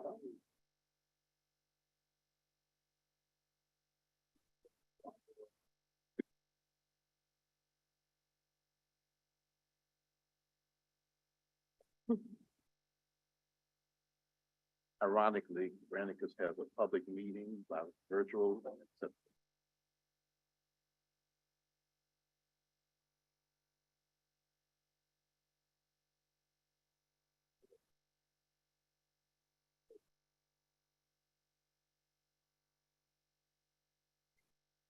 All right, 5 yeas. 5 yeas. No nays, the motion's adopted. Ladies and gentlemen, we have one item under suspension. We have motion M 349 by Councilmember Morrell, authorizing and directing the council president to execute a professional service agreement with Datalytics and All-Star Talent for a term of 1 year with up to 4 allowable 1-year renewals and containing such other provisions as may be necessary or desirable to accomplish the purpose of this motion. We need to suspend the rules to receive this. I'll move to suspend the rules. I guess second by Council Vice President Moreno. Please vote your machines.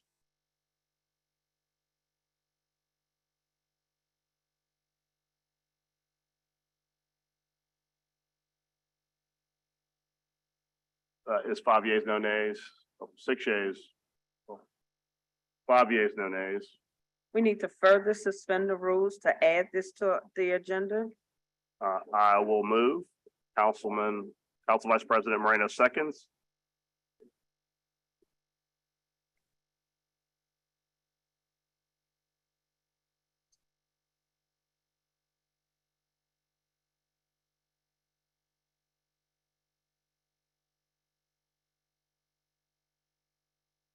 All in favor?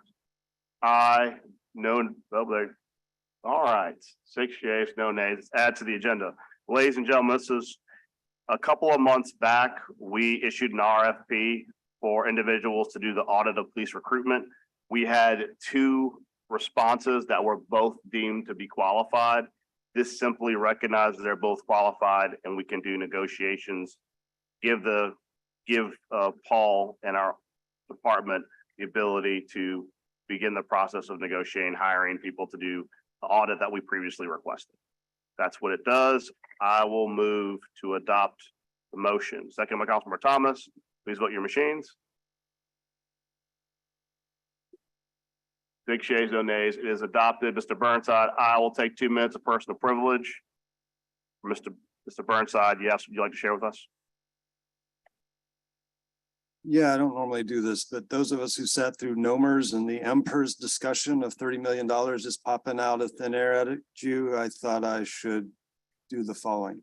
I sent emails to all of you. I did not get an email reply back from you or your staff, so I want to publicly tell you that you've got 90 days with regards to the WARF's CEA that was signed by Mitch Landrieu in exchange for the public belt. During that 90 days, you have some sort of opportunity to do something, because if nothing is done within 90 days, then what is written becomes law. So you got 90 days. And the reason I'm bringing this up is that you're on the hook monetarily for any subsurface structural problems on those wharves. And given the experience of the Avondale Shipping Yard and the private industry, which purchased that and found that the subsurface structure at Avondale required tens of millions of dollars of remediation, I would strongly urge you to have somebody in a wetsuit go under that damn thing and look at it in the next 90 days, because otherwise somebody's going to come at you with another NOMERS and EMPERS, and you're going to say, wow, we didn't know that this was coming down the road either. And once again, the fund balance and the ARPA money will evaporate. So somebody needs to look at those damn structures. Thank you, Mr. Burnside. We appreciate you sharing that with us and bring it to our attention. Madam Clerk. We need to suspend the rules to go to ordinances on first reading. So moved by Council Vice President Moreno, seconded by myself. Please vote your machines.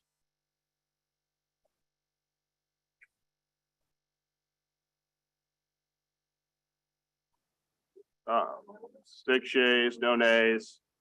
on first reading.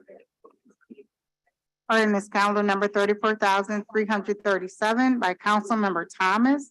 An ordinance to temporarily waive certain fees, permit fees, and requirements within and around the Joe Brown Park located at 5601 Reed Boulevard, New Orleans, Louisiana, in conjunction with the Back to School Resource Fair event on Saturday, July 22nd, 2023, from 10 a.m. to 12 p.m. to specify the duration and boundaries of said waiver and to provide otherwise with respect thereto. Ordinance calendar number 34,338 by Councilmember Thomas. An ordinance to temporarily waive certain fees, permit fees, and requirements within and around the Pete Sanchez Gymnasium located at 1616 Fats Domino Avenue, New Orleans, Louisiana, 70126, in conjunction with the Alfred Lawless Alumni Association All-Class Reunion Dance event on Saturday, July 15, 2023, from 8 p.m. to 12 a.m. to specify the duration and boundaries of said waiver and to provide otherwise with respect thereto. Ordinance calendar number 34,339 by Councilmember Thomas. An ordinance to temporarily waive certain fees, permit fees, and requirements within and around the Oliver Bush Playground located at 2500 Fats Domino Avenue, New Orleans, Louisiana, 70126, in conjunction with the Alfred Lawless Alumni Association All-Class Reunion Picnic event on Saturday, June 24, 2023, from 10 a.m. to 6 p.m. to specify the duration and boundaries of said waiver and to provide otherwise with respect thereto. Ordinance calendar number 34,340 by Councilmember Thomas. An ordinance to temporarily waive certain fees, permit fees, and requirements within and around the Pete Sanchez Gymnasium located at 1616 Fats Domino Avenue, New Orleans, Louisiana, 70126, in conjunction with the Althea Haywood Funeral Repast event on Saturday, July 15, 2023, from 10 p.m. to 2 a.m. to specify the duration and boundaries of said waiver and to provide otherwise with respect thereto. Ordinance calendar number 34,341 by Councilmember Green. An ordinance to temporarily waive certain fees, permit fees, and requirements within and around Sampson Playground located at 3211 Treasure Street, New Orleans, Louisiana, 70114, in conjunction with the Kazi Nai Baptist Church on July 29, 2023 at 1 p.m. through 8:30 p.m. and July 30th, 2023 at 3 p.m. to 7 p.m. to specify the duration and boundaries of said waiver and to provide otherwise with respect thereto.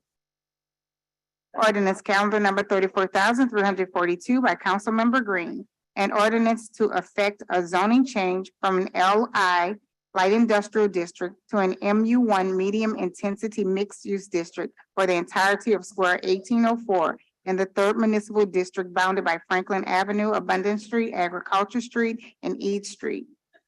The municipal addresses are 2905 through 2941 Franklin Avenue, and otherwise to provide with respect thereto. Zoning docket number 4223. Ordinance calendar number 34,343 by Councilmember Harris. An ordinance to establish a conditional use to permit the retail sale of packaged alcoholic beverages in the CBD 5 Urban Core Neighborhood Lower Intensity Mixed Use District on square 256, parcel 2, or lots A and 37 in the first municipal district bounded by Howard Avenue, Barone Street, O'Keefe Avenue, and Julia Street. The municipal address is 923 Howard Avenue, and otherwise to provide with respect thereto. Zoning docket number 4323. Ordinance calendar number 34,344 by Councilmember Harris. An ordinance to amend and reordain Article 17, Section 17.3.a, Table 17-1, permitted and conditional uses and any corresponding charts and tables of the comprehensive zoning ordinance, ordinance number 4264 MCS as amended by ordinance number 26,413 MCS and subsequent amendments, to add broadcasting studio as a permitted use in the CBD 5 Urban Core Neighborhood Lower Intensity Mixed Use District. The text amendment will affect regulations that are applied to the CBD 5 district, which is in the Central Business District, encompasses Lafayette Square and much of the surrounding area, and otherwise to provide with respect thereto. Zoning docket number 4623. Ordinance calendar number 34,345 by Councilmember King. An ordinance to waive certain fees, permit fees, and requirements within and around Washington Square Park located at 700 Elysian Fields Avenue in conjunction with the Silence the Violence Youth Talent Show and Festival event on Saturday, September 9th, 2023, from 8 a.m. to 7 p.m. to specify the duration and boundaries of said waiver and to provide otherwise with respect thereto. Ordinance calendar number 34,346 by Councilmember Jeruso. An ordinance to waive certain fees, permit fees, and requirements within and around First Grace United Methodist Church located at 3401 Canal Street, New Orleans, Louisiana, in conjunction with the NOLA Keys second annual and third annual Stop the Violence Youth Bike Ride and School Supply Giveaway events on Saturday, August 6, 2022, and Saturday, August 5th, 2023 at 4 p.m. respectively, to specify the duration and boundaries of said waiver, to ratify and confirm the waiver of such fees, requirements, duration, and boundaries regarding said waiver, and to provide otherwise with respect thereto. Ordinance calendar number 34,347 by Council Members Moreno and Morel. An ordinance to amend and establishing legislation for the New Orleans Tourism and Cultural Fund, ordinance number 14,118 MCS as amended by ordinance number 28,341 MCS to impose a local participation goal for any program submitted by the corporation, otherwise to provide with respect thereto. Ordinance calendar number 34,348 by Councilmember Morel. An ordinance to amend and reordain sections 34-2, 34-3, 34-4, 34-6, 34-8, 34-14, 34-28, 34-48, 34-49, and 34-50 of the Code of the City of New Orleans to provide relative to the regulation of Mardi Gras parades and otherwise to provide with respect thereto. Ordinance calendar number 34,349 by Council Members Jeruso, Moreno, Green, and Thomas by request. An ordinance to amend ordinance number 29,265 MCS as amended, entitled an ordinance providing an operating budget of revenues for the City of New Orleans for the year 2023 to appropriate funds to the Office of Community Development for the Hometown Revitalization and Resilience Community Programs and otherwise to provide with respect thereto. Ordinance calendar number 34,350 by Council Members Jeruso, Moreno, Green, and Thomas by request. An ordinance to amend ordinance number 29,266 MCS as amended, entitled an ordinance providing an operating budget of expenditures for the City of New Orleans for the year 2023 to appropriate funds to the Office of Community Development for the Hometown Revitalization and Resilience Communities Programs and otherwise to provide with respect thereto. Ordinance calendar number 34,351 by Council Members Jeruso, Moreno, Green, and Thomas by request. An ordinance to amend ordinance number 29,265 MCS as amended, entitled an ordinance providing an operating budget of revenues for the City of New Orleans for the year 2023 to appropriate grant funds to the Fire Department for the purchase of personnel protective equipment, PPE, and otherwise to provide with respect thereto. Ordinance calendar number 34,352 by Council Members Jeruso, Green, Moreno, and Thomas by request. An ordinance to amend ordinance number 29,266 MCS as amended, entitled an ordinance providing an operating budget of expenditures for the City of New Orleans for the year 2023 to appropriate grant funds to the Fire Department for the purchase of personal protective equipment, PPE, and otherwise to provide with respect thereto. Ordinance calendar number 34,353 by Council Members Jeruso, Moreno, Green, and Thomas by request. An ordinance to amend ordinance number 29,265 MCS as amended, entitled an ordinance providing an operating budget of revenues for the City of New Orleans for the year 2023 to appropriate grant funds to the Chief Administrative Office for the Lincoln Beach permeable parking lot and otherwise to provide with respect thereto. Ordinance calendar number 34,354 by Council Members Jeruso, Moreno, Green, and Thomas by request. An ordinance to amend ordinance number 29,266 MCS as amended, entitled an ordinance providing an operating budget of expenditures for the City of New Orleans for the year 2023 to appropriate grant funds to the Chief Administrative Office for the Lincoln Beach permeable parking lot and otherwise to provide with respect thereto. Ordinance calendar number 34,355 by Council Members Jeruso, Harris, King, and Moreno and Morel. An ordinance to amend ordinance number 29,265 MCS as amended, entitled An Operating Budget of Expenditures for the City of New Orleans for the year twenty twenty-three to transfer an appropriation from the Department of Law to miscellaneous programs to effectively restrict budgeted appropriations to allow for council review prior to expenditure of funds and otherwise to provide with respect thereto. Ordinance calendar number 34,356 by Councilmember Thomas. An ordinance to temporarily waive certain fees, permit fees, and requirements within and around the Oliver W. Bush Playground, 2500 Fats Domino Avenue, 70117, New Orleans, Louisiana, in conjunction with the Lord 9 Festival event on Saturday, August 26, 2023, from 11 a.m. to 6 p.m. to specify the duration and boundaries of said waiver and to provide otherwise with respect thereto.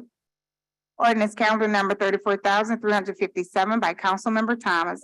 An ordinance to temporarily waive certain fees, permit fees, and requirements within and around Joe Brown Park located at 5601 Reed Boulevard, New Orleans, Louisiana, in conjunction with the Friends of Joe W. Brown Park NOLA East Festival event on Saturday, September 16, 2023, from 11 a.m. to 7 p.m. to specify the duration and boundaries of said waiver and to provide otherwise with respect thereto.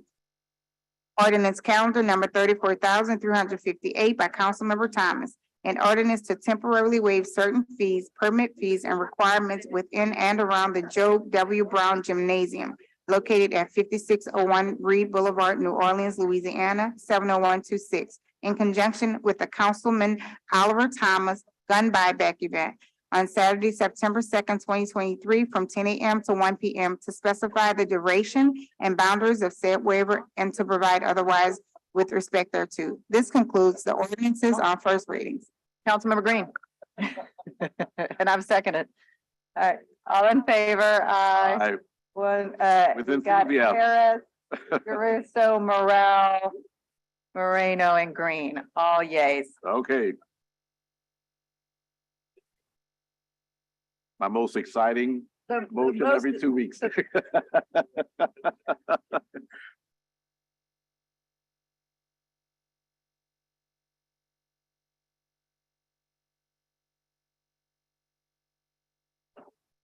We are adjourned. Thank you, ladies and gentlemen.